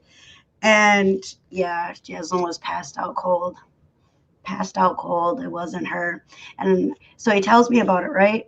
And I'm like, did she have an old-fashioned white dress on? He's like, yep. I said, she finally made herself known to you. He's like, no, I was coming out of a dream or something like that. You know, yeah, whatever. Like sometimes he makes me feel like I'm crazy because of the things that, you know, that goes on. And I tell him about it, and he's like, nope, that didn't happen. Or nope, it's not real.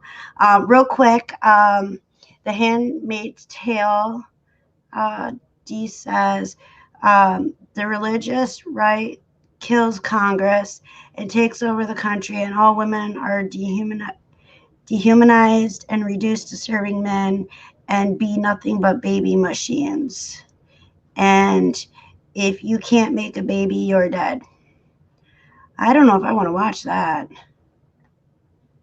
Is it good? So, I mean, is it something that, do you think that I might be interested in? Because it sounds kind of weird.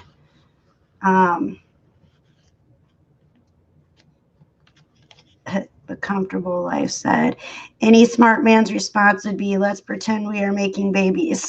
Okay. I don't remember what that was for, but that's too funny. She says you probably don't want to watch it, Destiny. Well, you know what? Here, I'll do this.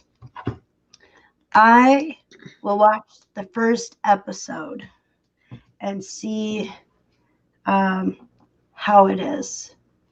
And if I don't like it, then I won't watch anymore. But I have, like, we watched Queen of the South. I don't know if anybody has seen that. It's on Netflix. It's called Queen of the South. And I have cried. I have screamed. I have voted for the bad person because they were trying to do something good. And and the good person, yeah. What's that? Oh, you must have moved your phone. I did move my phone. I don't know why I did that. But yeah, that's a really good one too. Is Queen of the South, and it's on Netflix. I'm trying to think of what other I try one. to watch Ozark because I live in Missouri. It's about the Lake of the Ozarks. Okay. Yeah. No. No. Oh. No. No. I mean, it is about the Lake of the Ozarks, but it's like I can't tell you too much because I watched maybe 10 minutes of the first episode and I'm like, I'm out. I'm out. No way. Oh, my computer just kicked me out of YouTube again. I tell ya. Sometimes I don't watch The Walking Dead either.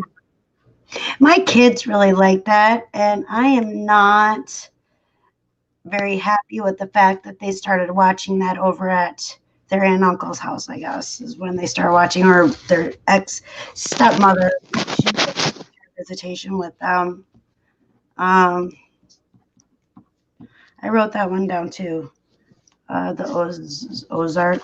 I watched that show, The V or V. I'm probably way, way, way behind in TV series, but I have no idea what that is, so you're not too far behind. Well, not in my world anyway, because I don't know what that is.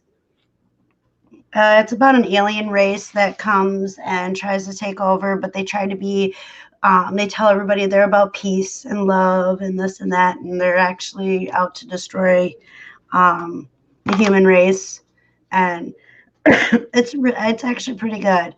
The girl that is like the head of the V's, she actually played in a series called Firefly. And so I really liked that series.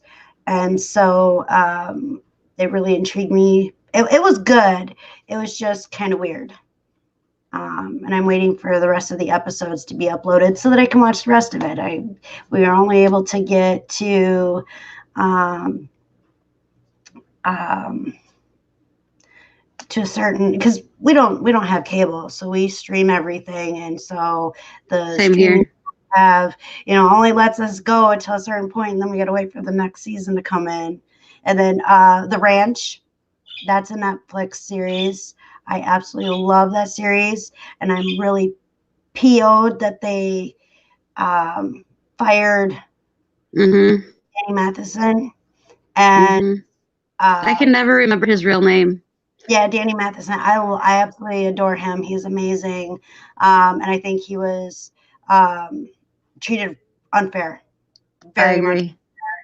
And then to have it come out that it was all BS anyway, I mean, that's ridiculous. Right. They blew it way out of proportion before they even knew what was going on. Right. And it was something that happened 17 years ago, and it was shown that it was made up. And so that makes me mad. But I think that's why the show's done, is because he's not on it anymore. Nobody wanted to watch it after he got kicked off. Yeah, exactly. And then the way they left it open, I'm hoping that they'll go from Netflix to somewhere else and bring him back. And so, I think it's a Netflix original, though. Yeah, I'm hoping. So they might have to like pretty much start from scratch with him, like a totally different show. Okay, so people in chat, everybody in chat, I shouldn't say that. Our chat guests are giving a lot of good. That's all Jenny. Oh, it is. Hello, Precious. Thank you for coming. I haven't seen you in a while. Thank you for coming back. Let's see. So we have Watch Good Girls. I watched that one. Santa Clarita Diet with Drew Barrymore. That's a wild. That one's not too bad. I mean, it is kind of, I don't even know the word to use. It's, Well, I mean, I've watched the first season, and I believe my son has watched whatever they have out now.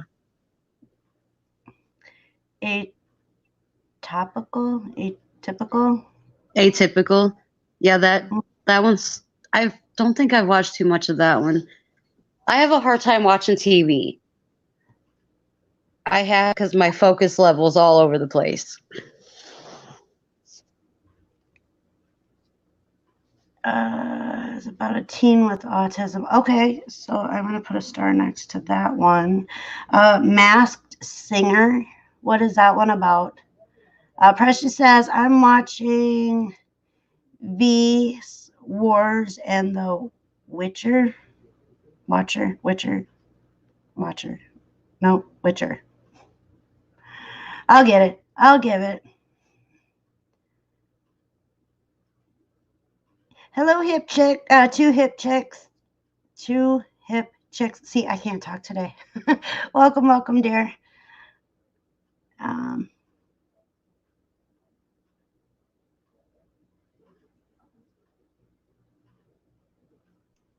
Drive safety. Drive safe. We watch total drama sometimes. You know, we just watched, and I think it's on Netflix too. Yeah, Netflix. The 100. It's really good. We're waiting for the next season to come out and be released on Netflix. But we binged watched that one. It was pretty good. It's about a bunch of kids that go to Earth, and then they were like born in space, like because the Earth was destroyed and this and that. And it's a really good series. I like it. And that one too, you're like yelling at this person, you're yelling at that person, and then you're like you cry because of this and that. And V Wars is about vampires, and the watcher is Henry. Oh, all right. I'm gonna write those down because I love vampire and fantasy movies, fantasy, all that kind of stuff. Those are definitely Netflix. I didn't know that they had a fantasy drama area on Netflix, but now I'm gonna look it up because I like that kind of stuff. They have a lot of things that I never thought would be on there. Yeah, we were told about some things that were on there, and I'm like, yep, not going there. Not going to that one. There's a show that I watch on there, and for whatever reason, my kids want to watch it. And I know they're old enough. I don't have to be so, like, I can speak pretty freely since they're 12 to 17. Yeah. I can say exactly what I mean. And my youngest, she goes, well, why can't I watch it? Because I was like, it's a, what did I call it? A lesbian porno prison show. And she goes, ew. Like, all right. You asked me, so I told you. Right. So I have seen the movie Bright, or the show Bright. I don't know if that's a series or if it's just like movies that will have like a continuation or whatever, not a series, however you put that. I liked it, and I hope that they come out with a second one because that was a really awesome show. Um, it was. I like Will Smith though. I like Will Smith. He's one So of my favorites. yeah, and so it's pretty awesome. And lately we've been like watching Will Ferrell and stuff like that. Adam Sandler, Mark Wahlberg, um, movies. A lot of those type of movies. Anything that they're in. I just watched The Patriot.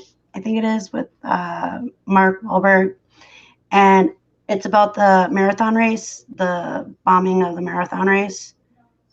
And that like really tripped me out because I knew about it, but I didn't know a lot about it. And that's based on everything that happened during that time. And then we watched, is it called Instant Family? Hold on, Mark Wahlberg movies. We just, let me find it. We just watched The Other Guys last night. That was pretty good. Instant Family. And it's about adoption. Yeah, it's about adoption, and they're strongly promoting instantfamily.com, I think it is. It's from 2008 or 2018. That's probably why I'm still in the 80s movies. I just watched The Goonies like 8 months ago, so oh boy. I'm trying to catch up. That's so funny. But yeah, so we watched that movie, and my 12-year-old daughter turned and looked at me and Tommy and said, are there really kids out there that need to be adopted? And we're like, yeah, there's a lot. I would love to be able to adopt, just because I think every child deserves to have a good family and to have love and stuff. She's like, well, would you be mad if I decided not to have children and I just adopted? And I'm like, we're still gonna love them regardless. They will still be our grandkids. Not for a while, I hope, but like when she gets settled and does does what she needs to do with her life, and she's ready to settle down. She is very headstrong that she doesn't want to have children. She wants to adopt. So that's how my oldest son is. He said it drives him crazy that all these celebrities adopt from other countries and not from the one they live in. And I see his point on it, but children are children no matter where they are. But he's like, I'm going to adopt children and they're going to be from here. Yeah. And for the longest time, I thought he was racist or something. I'm like, what's the big deal?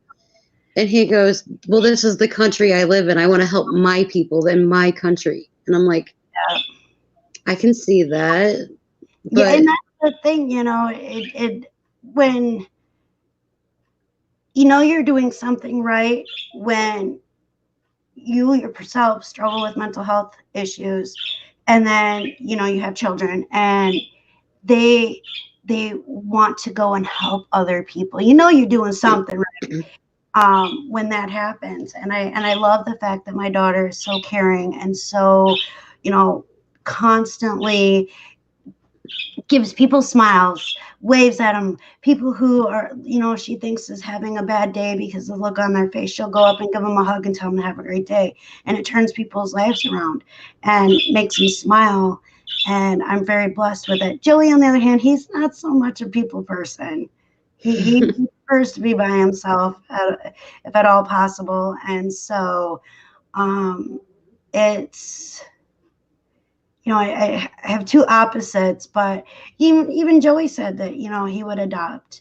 And I put it this, I look at it this way. God is going to bring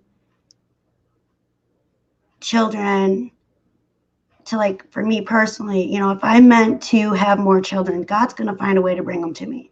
Right. And so I just sit here with my arms open and go from there. And I this close to getting Tommy and to agree to adopting. Really, really close. He'll probably say this close, but I think I'm this close because we were just talking about it the other day again, you know. But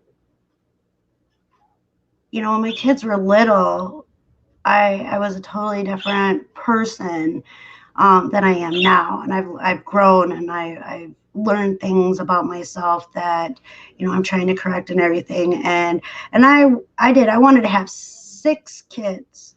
I wanted 6 kids. I wanted 5 boys and 1 girl. I wanted none, and I had 4. Wouldn't trade them for anything in the world, but that's how it worked out. Yeah, well, I did. I wanted 6 kids, and I wanted 5 boys, and I wanted 1 girl. My girl had to be the youngest so that the 5 brothers could, you know, protect their little sister. Like, this is all that was going on in my head when I was growing up. And well, I have 1 boy, 1 girl. My girl is like having 5 boys all at once. So I would have like 6 boys, you know, and then having the girl. But she's very girly when she needs to be, and then she's very tomboyish when she needs to be. Hi, Don. Welcome. Welcome. Holy wow. Hold on. I couldn't imagine 9. My mom wanted 12, only had 9 of us. You know, at this point in my life, my birthday is coming up on the 20th. Okay. And I have 2 kids, yes. All the neighbor kids absolutely love us, me and Tommy. And, you know, our house is like the house to go hang out at. And so it makes me feel good when all the neighbor kids come over, but I can't honestly wait. Like, I want more kids. I would love to have more kids. It's not in the cards right now. So I can't wait till my kids get a little bit older, and so their friends can come over and I'll feel like I have a dozen kids.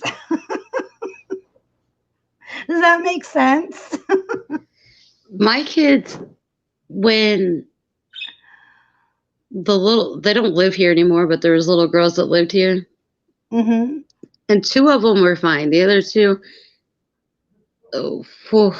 like, that's all I'm going to say about that. I didn't have enough energy for those 2. And sometimes, you know, 2 is like having 20 kids in your house. mm-hmm. You know, this little girl, she was 5.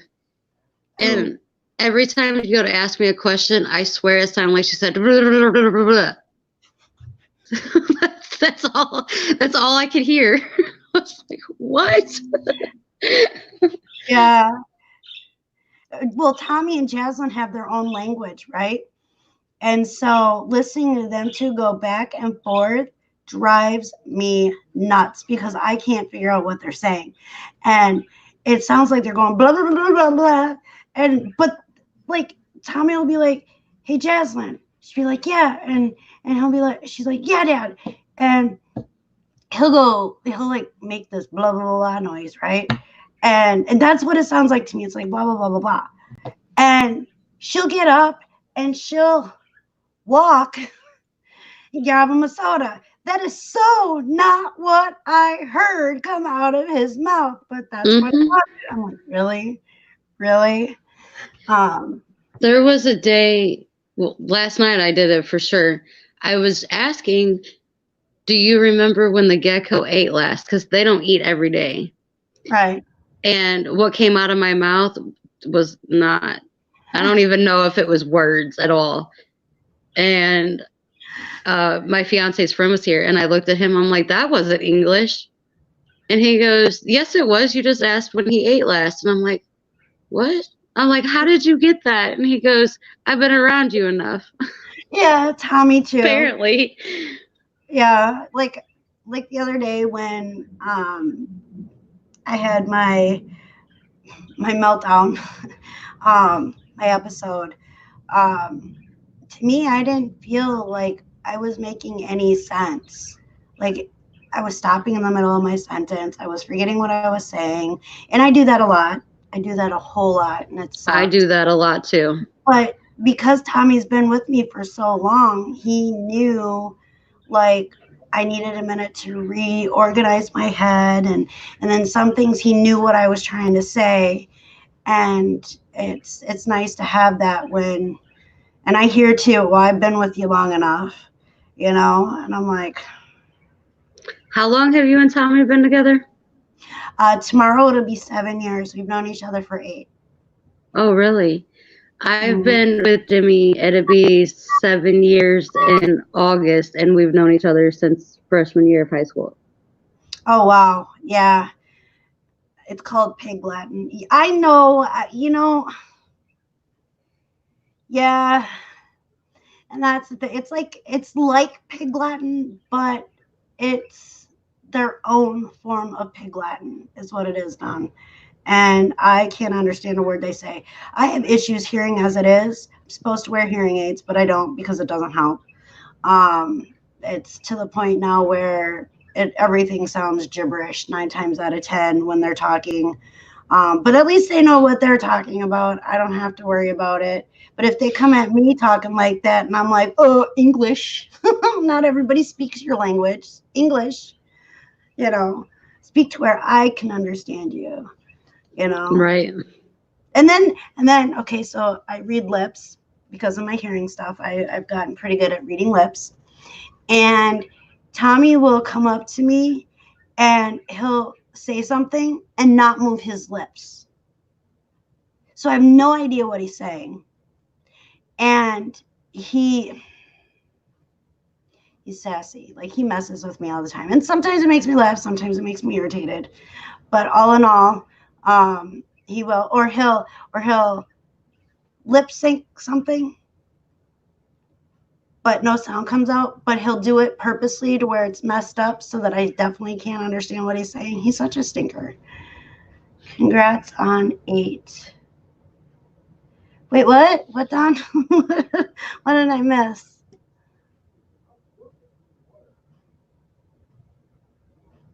What do you have 8 of? That's what I was trying to figure out. I think I got missed something at some point, but that's nothing new for me. Sorry, I'm coughing. Jenny said she always wanted to have a lot of siblings. I have one. She just turned 19. Oops. I always wanted to have brothers and sisters growing up. It just didn't happen until my sister, let's see, there's 18 years between me and my sister. Oh, wow. And then there's a year and a half between my sister and my oldest. It's kind of weird. Wow. Yeah, that is crazy. So I am the oldest of 6. I have 2 sisters and 3 brothers. And I did not find out that I had 2 sisters and 1 brother until I was 19. I was told they were cousins. I was not told that they were siblings. I was told they were cousins. So I grew up thinking that I had more cousins than I do. But when I found out that I had 2 sisters, because I grew up saying, I wish I had a sister. And then to come and find out, I had 2 sisters that everybody failed to tell me. And my mom thought I knew, but my biological father said they were my cousins. So when I first met them when I was little, they were my cousins. I had no idea they were my brother and sister. And then I found out I had, okay, so when I was little, it was, because it goes me, my brother Rusty, my sister Tabitha, my brother Ryan, my brother Michael, and then my sister Samantha. And yes, Tabitha and Samantha were named after Bewitched. I was supposed to be named Sunshine, Sunrise, and thank God that was not my name, because I think I would at 18 would have gone and purposely changed my name. But I was named after a Jackson 5 song when my mom was 3 months pregnant with me. And she's like, yep, I'm having a girl and her name is going to be Destiny. She just spelled it differently. So I'm the oldest of 6, and I feel like I fail them a lot because of my mental health stuff. But all of my siblings are pretty amazing. We each have our own struggles and our own good things that we have done in life. And 2 of my brothers, they are retired from the military. My one sister is in the process of being certified, her and her husband, to be adoption parents, or however that works, foster home. I do not live close to them. Okay, real quick. Then I have a brother that is a fireman, and I have a sister, my youngest sister. She is a exercise person, like she's a fitness instructor type person, and she works at a smoothie place, but she loves it. I do not live close to them. 2 of my brothers, one lives about 2.5 hours away, and the other one lives 2 hours away. And then my one sister lives in Ohio, and then my one brother and one sister live in Florida.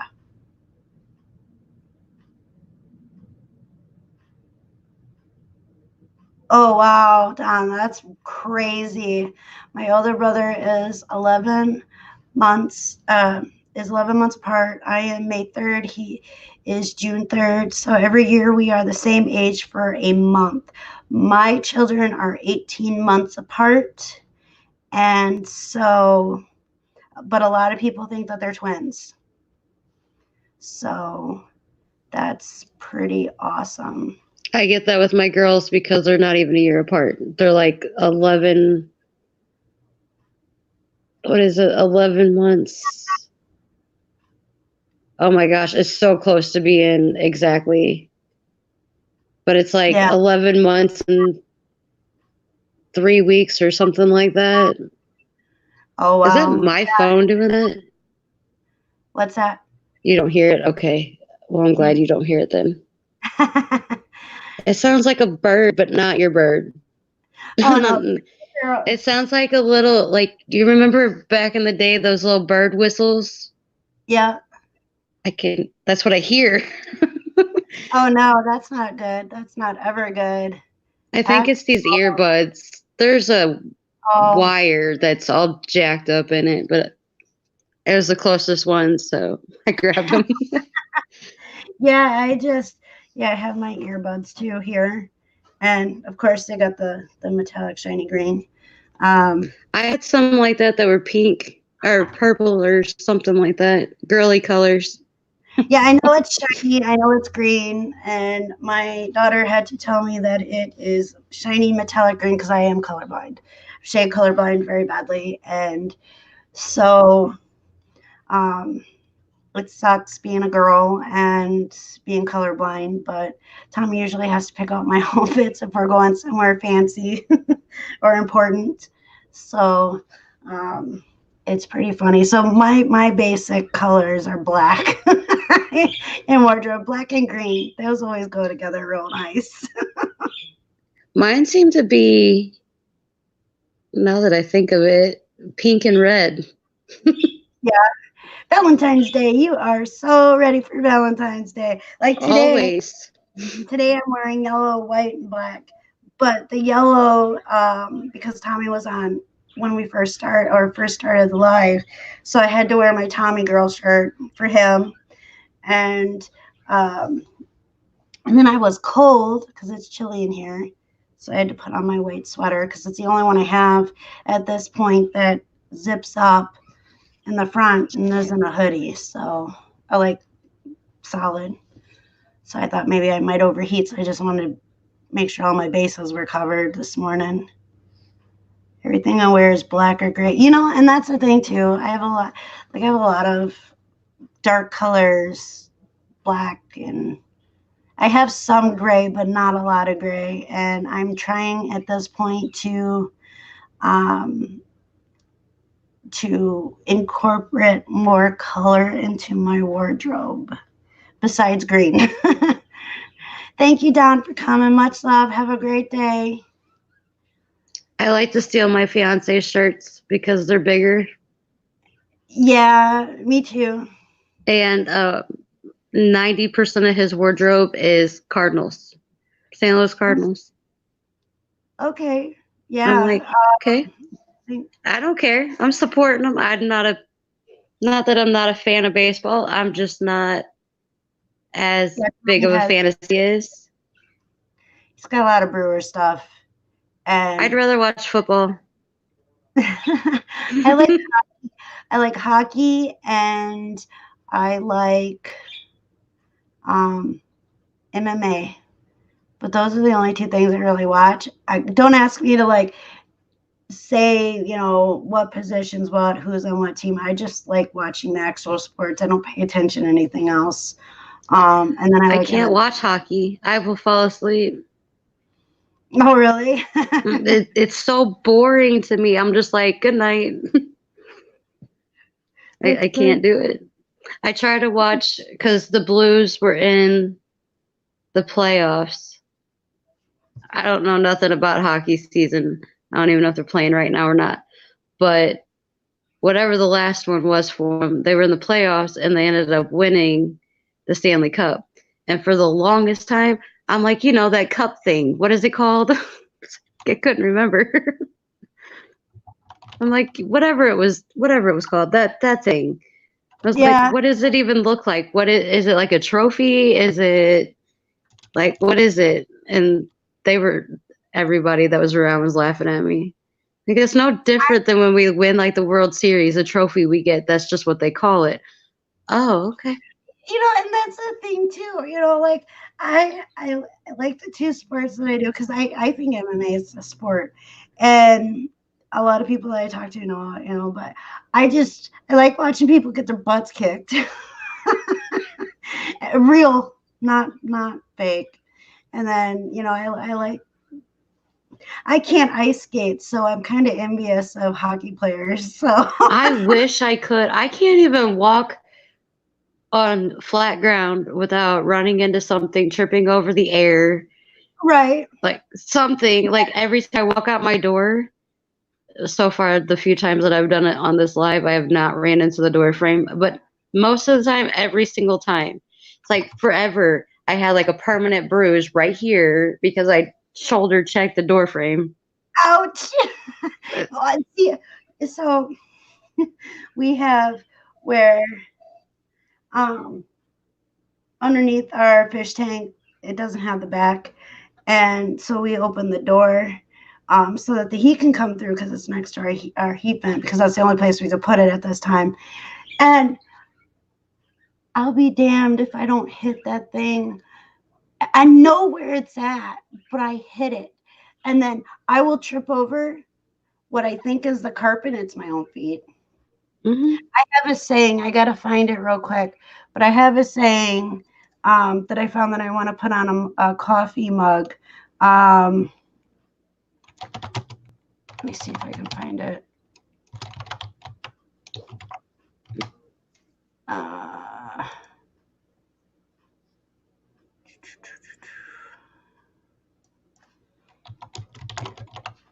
Oh, there it is. It says, I'm not clumsy. It's just the floor hates me, the tables and chairs are bullies, and the wall gets in the way. Yeah.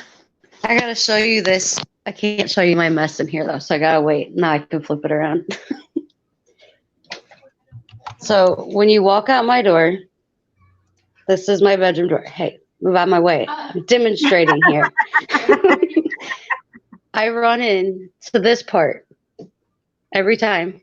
And then I'll come in here and I'll turn and I'll turn, and then I almost run into the bookcase. every Yeah. single time. A normal Saturday morning for you. That's a normal day.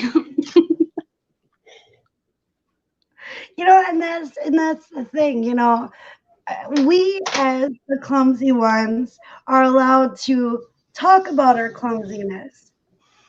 When other people talk about our clumsiness, we get mad. Right. Like, we can make fun of ourselves all we want. We can laugh about the things we've been through, but when other people are like talking, and like when Tommy was talking about some of the things that I do, I can laugh about it now, but when it happens, it's like I get mad at them, and I don't want to talk to them and stuff like, oh, it's snowing. Squirrel moment. Sorry, I apologize. It's snowing. We got a big. It's finally over freezing point here. It's 34 here today. The last 3 days, it didn't even get to 30. Oh, really? Yeah, it's been pretty chilly. We actually had a heat wave. Let's see. Tuesday, Wednesday, and Thursday, I think. And yesterday, they started talking about how, well, it's 26 right now, outside. But they were talking about how it was going to be warm Friday and Saturday, and then Sunday we're supposed to get dumped on with a snowstorm. That stuff started rolling in yesterday. It was same here. All of a sudden, it got cloudy and creepy looking, and I'm like, yeah, it's going to hit us before then. I was right. We woke up this morning with snow. It's snowing here. It comes in waves, and it'll snow real hard, and then it'll stop, and then it'll snow real hard, and then it'll stop, and then we get a few flurries, and then, yeah, Mother Nature cannot make up her mind on what she wants to do. And that's okay, because, well, our show is about mental health, and Mother Nature has a lot of mental health problems. Yeah. I had somebody yell at me the other day on Facebook because I said somebody needs to give Mother Nature her bipolar meds. And, oh my gosh, I was like, they're like, how can you make fun with somebody with bipolar? First of all, I'm not making fun of anybody. I was making a joke. And then when I told her to get her panties out of a bunch, then she started cussing at me. I'm like, get out of here. And if you can't have a joking side to all of this, you're just going to fall. That's how I deal with it. Right. When I go in for surgery, when I was going in for surgery for my feet and then my spleen, the spleen thing, that was very traumatic for me. I wasn't fully joking about it, because I'm laughing and joking and making fun of myself and stuff like that. And I crack up the nurses and the doctors and stuff. With my spleen, not so much. At first I was, and then different though. Yeah, and then at first I was, but then I was like, I asked the doctor. I asked the doctor when they said I was going back. I remember this. It took me a bit to remember, but I did ask the doctor. He said, so when you go in there to remove whatever's going on, I said, can you take some of the fat with you too? And he laughed. He's like, I will try and do my best. I'm like, all right, that's all I ask of you. And I don't remember much after that. It comes and goes. And but yeah, I was like, because I've been trying to lose weight and stuff like that. And I was just like, well, if he's got to do surgery, I was going in for surgery and it was on my stomach. I'm like, can you take some of the excess fat with it? Just so whatever's going on. So yeah, and they kind of chuckled. But then, that whole thing, I mean, it still messes with my head. And May 23rd, it'll be a year since it happened. And I still, to this day, it affects me. It was something very traumatic, and it still affects me to this day. And I try to make jokes about it. I don't remember going live the next morning with Darlene and all them. I had a tube in my nose. I had the oxygen juice. I looked gorgeous. I was ready for the Miss America pageant. And yeah, I saw that video and I cried. I'm like, yep, I'm never going to watch that one again. I had a similar After I had my youngest, I got my tubes tied a couple months after. I had her in October, and 2 days after Christmas, I was like, we're doing this. I don't want any more kids right now. Like, we can always figure out something later. Don't want kids. I already have 4. Mm. And my doctor's like, but you make beautiful babies. And I was like, thank you, but I'm still not having any more kids. And he goes, okay. He goes, but I need a new car. So me being myself, I'm like, I'll tell my friends about you. Right? I was like, I'm still not having it anymore. Yeah. But yeah, he was like, oh my gosh, he was no bigger than I am, like height wise. He's very short. He's from India. So he's got like I could understand him better than most people with an accent. Yeah. But he never calls them babies. It's BBs. BBs all the time. And I was like, but I don't want it anymore. And he goes, you can make 100 BBs. And I said, no, I can't. There's no way. Like, I don't think so. And he goes, just one more, so you have 5. And I was like, no, I like to keep my numbers even. I have a thing. Okay, so I don't know why I do this, but I have a thing for numbers where they have to be even all the time. And not all the time, but I have to have like the sound. Okay, great example. The sound on the TV. It has to be an even number until I get to 5.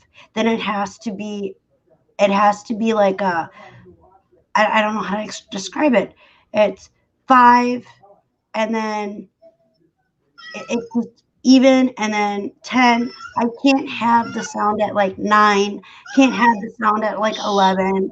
It has to be a certain number, and usually it's evens unless it's like Stop. and then it's like, I don't know how to describe that. It's like really weird. And like if the sound, like if Tommy puts the sound at like 9, I actually have an anxiety attack. Like I literally start going into an anxiety attack. I do that in the car. The kids, they laugh at me because I won't look at the dial, but I'll glance over and see what number it is. If it's not an even number, I'll bump it up 1. I cannot go on with my day knowing that it's at 11 and not 12. I just can't do it. It bothers me. Thank you, Comfortable Life, for stopping by. Have a great day. Much love. Happy Saturday. You know, and that's the thing too, like on my truck radio, it doesn't have numbers. It has the little dashes, and it has to be a certain amount of dashes for me. If it's below that or above that, it's, well, mostly below it. I sit there and try to turn it up. And sometimes, because my truck is pretty old, it's a 2000, when you go to turn it, sometimes it jumps back. So I'm getting a new radio. I can't wait to get the new radio. But I'll like freak out because like my sound, I'm turning it up, but it's going down and it's not working. And then also with my speedometer, I have some wire issues that we are working through with the truck. But every time I get into my truck, it never works for me. If Tommy gets in the truck, it works for him. Like the digital numbers on the dash. Oh yeah, I get very antsy. And then I got to sit there and play with the light switch and this and that. And sometimes it works, sometimes it doesn't. It gets weird. Like the other night, I got stranded at the grocery store because I unlocked my truck with my key fob, got our groceries in, went in, got in the truck, went to start the key, and my truck thought I was breaking into it and trying to steal my own truck. Oh, that's lovely. And it was cold out. And I'm like, crud. And so, yeah. So my truck is sassy. And a couple stopped to help me. It was me and my son in the truck and tried to help me figure out how to get it to undo it. But, yeah, I was just like, I opened it with the key fob. I have the key. I put the key ignition. Why are you telling me I'm trying to steal my own truck. Here, it's something to do with the locks too. So like my truck has its quirks, but it's my truck and it's just like me, quirky, but I still love it. I have some good news. What's up? So the car that we've been using isn't ours. Okay. It's my aunt's car. I don't know what the heck that noise was. Anyway, it's my aunt's car. And in about a week, we'll be able to purchase our own vehicle again because our taxes will be here. Oh, awesome. That's awesome news. That is. We were going to use it to move, which would have been good too because this area is, it's not the area. I live in an apartment complex and it's just, I don't know the word. It's just too much. Right. Hey, you better watch your mouth. I will wash your mouth out with soap. I would never But Oh, yeah. what was I saying? I already forgot. The car taxes. Oh, yeah, we were gonna use our tax money to move, but right after, pretty sure it was right after we had like nothing saved. My fiance was in a wreck and it totaled the car. So we don't have a choice. Right. Right. Exactly. And we only have one. We only need one. I don't care to drive everywhere. I'll go when he's off work. Right. Yeah. You know, we have two vehicles. Well, we have three vehicles in our driveway right now.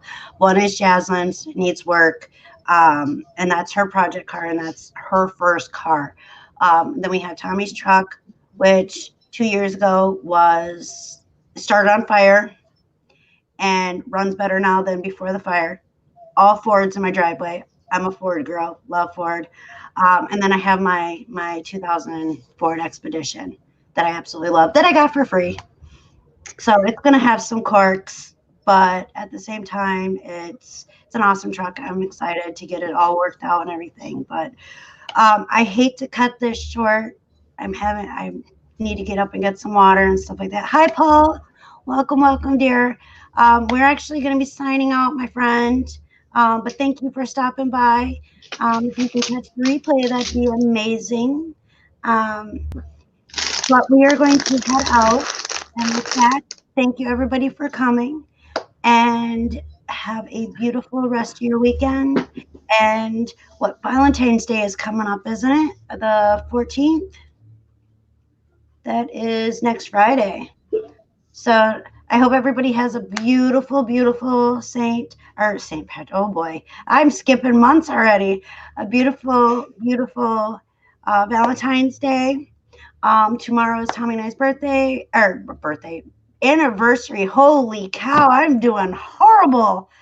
Okay, so tomorrow is Tommy and I's anniversary, and then my birthday is on the 20th. So we might do a live tomorrow on Tommy's channel. I'm not sure. I have to talk to him yet, but kind of keep an eye out for that. Next Saturday, 11 a.m. Central Time, we will have another mental health chat, and I hope to see you all there. Much love, and we'll see you later. Thank you, Amy, for coming, and everybody that was on my panel today. All right, where's the button? There's the button. Bye, everybody.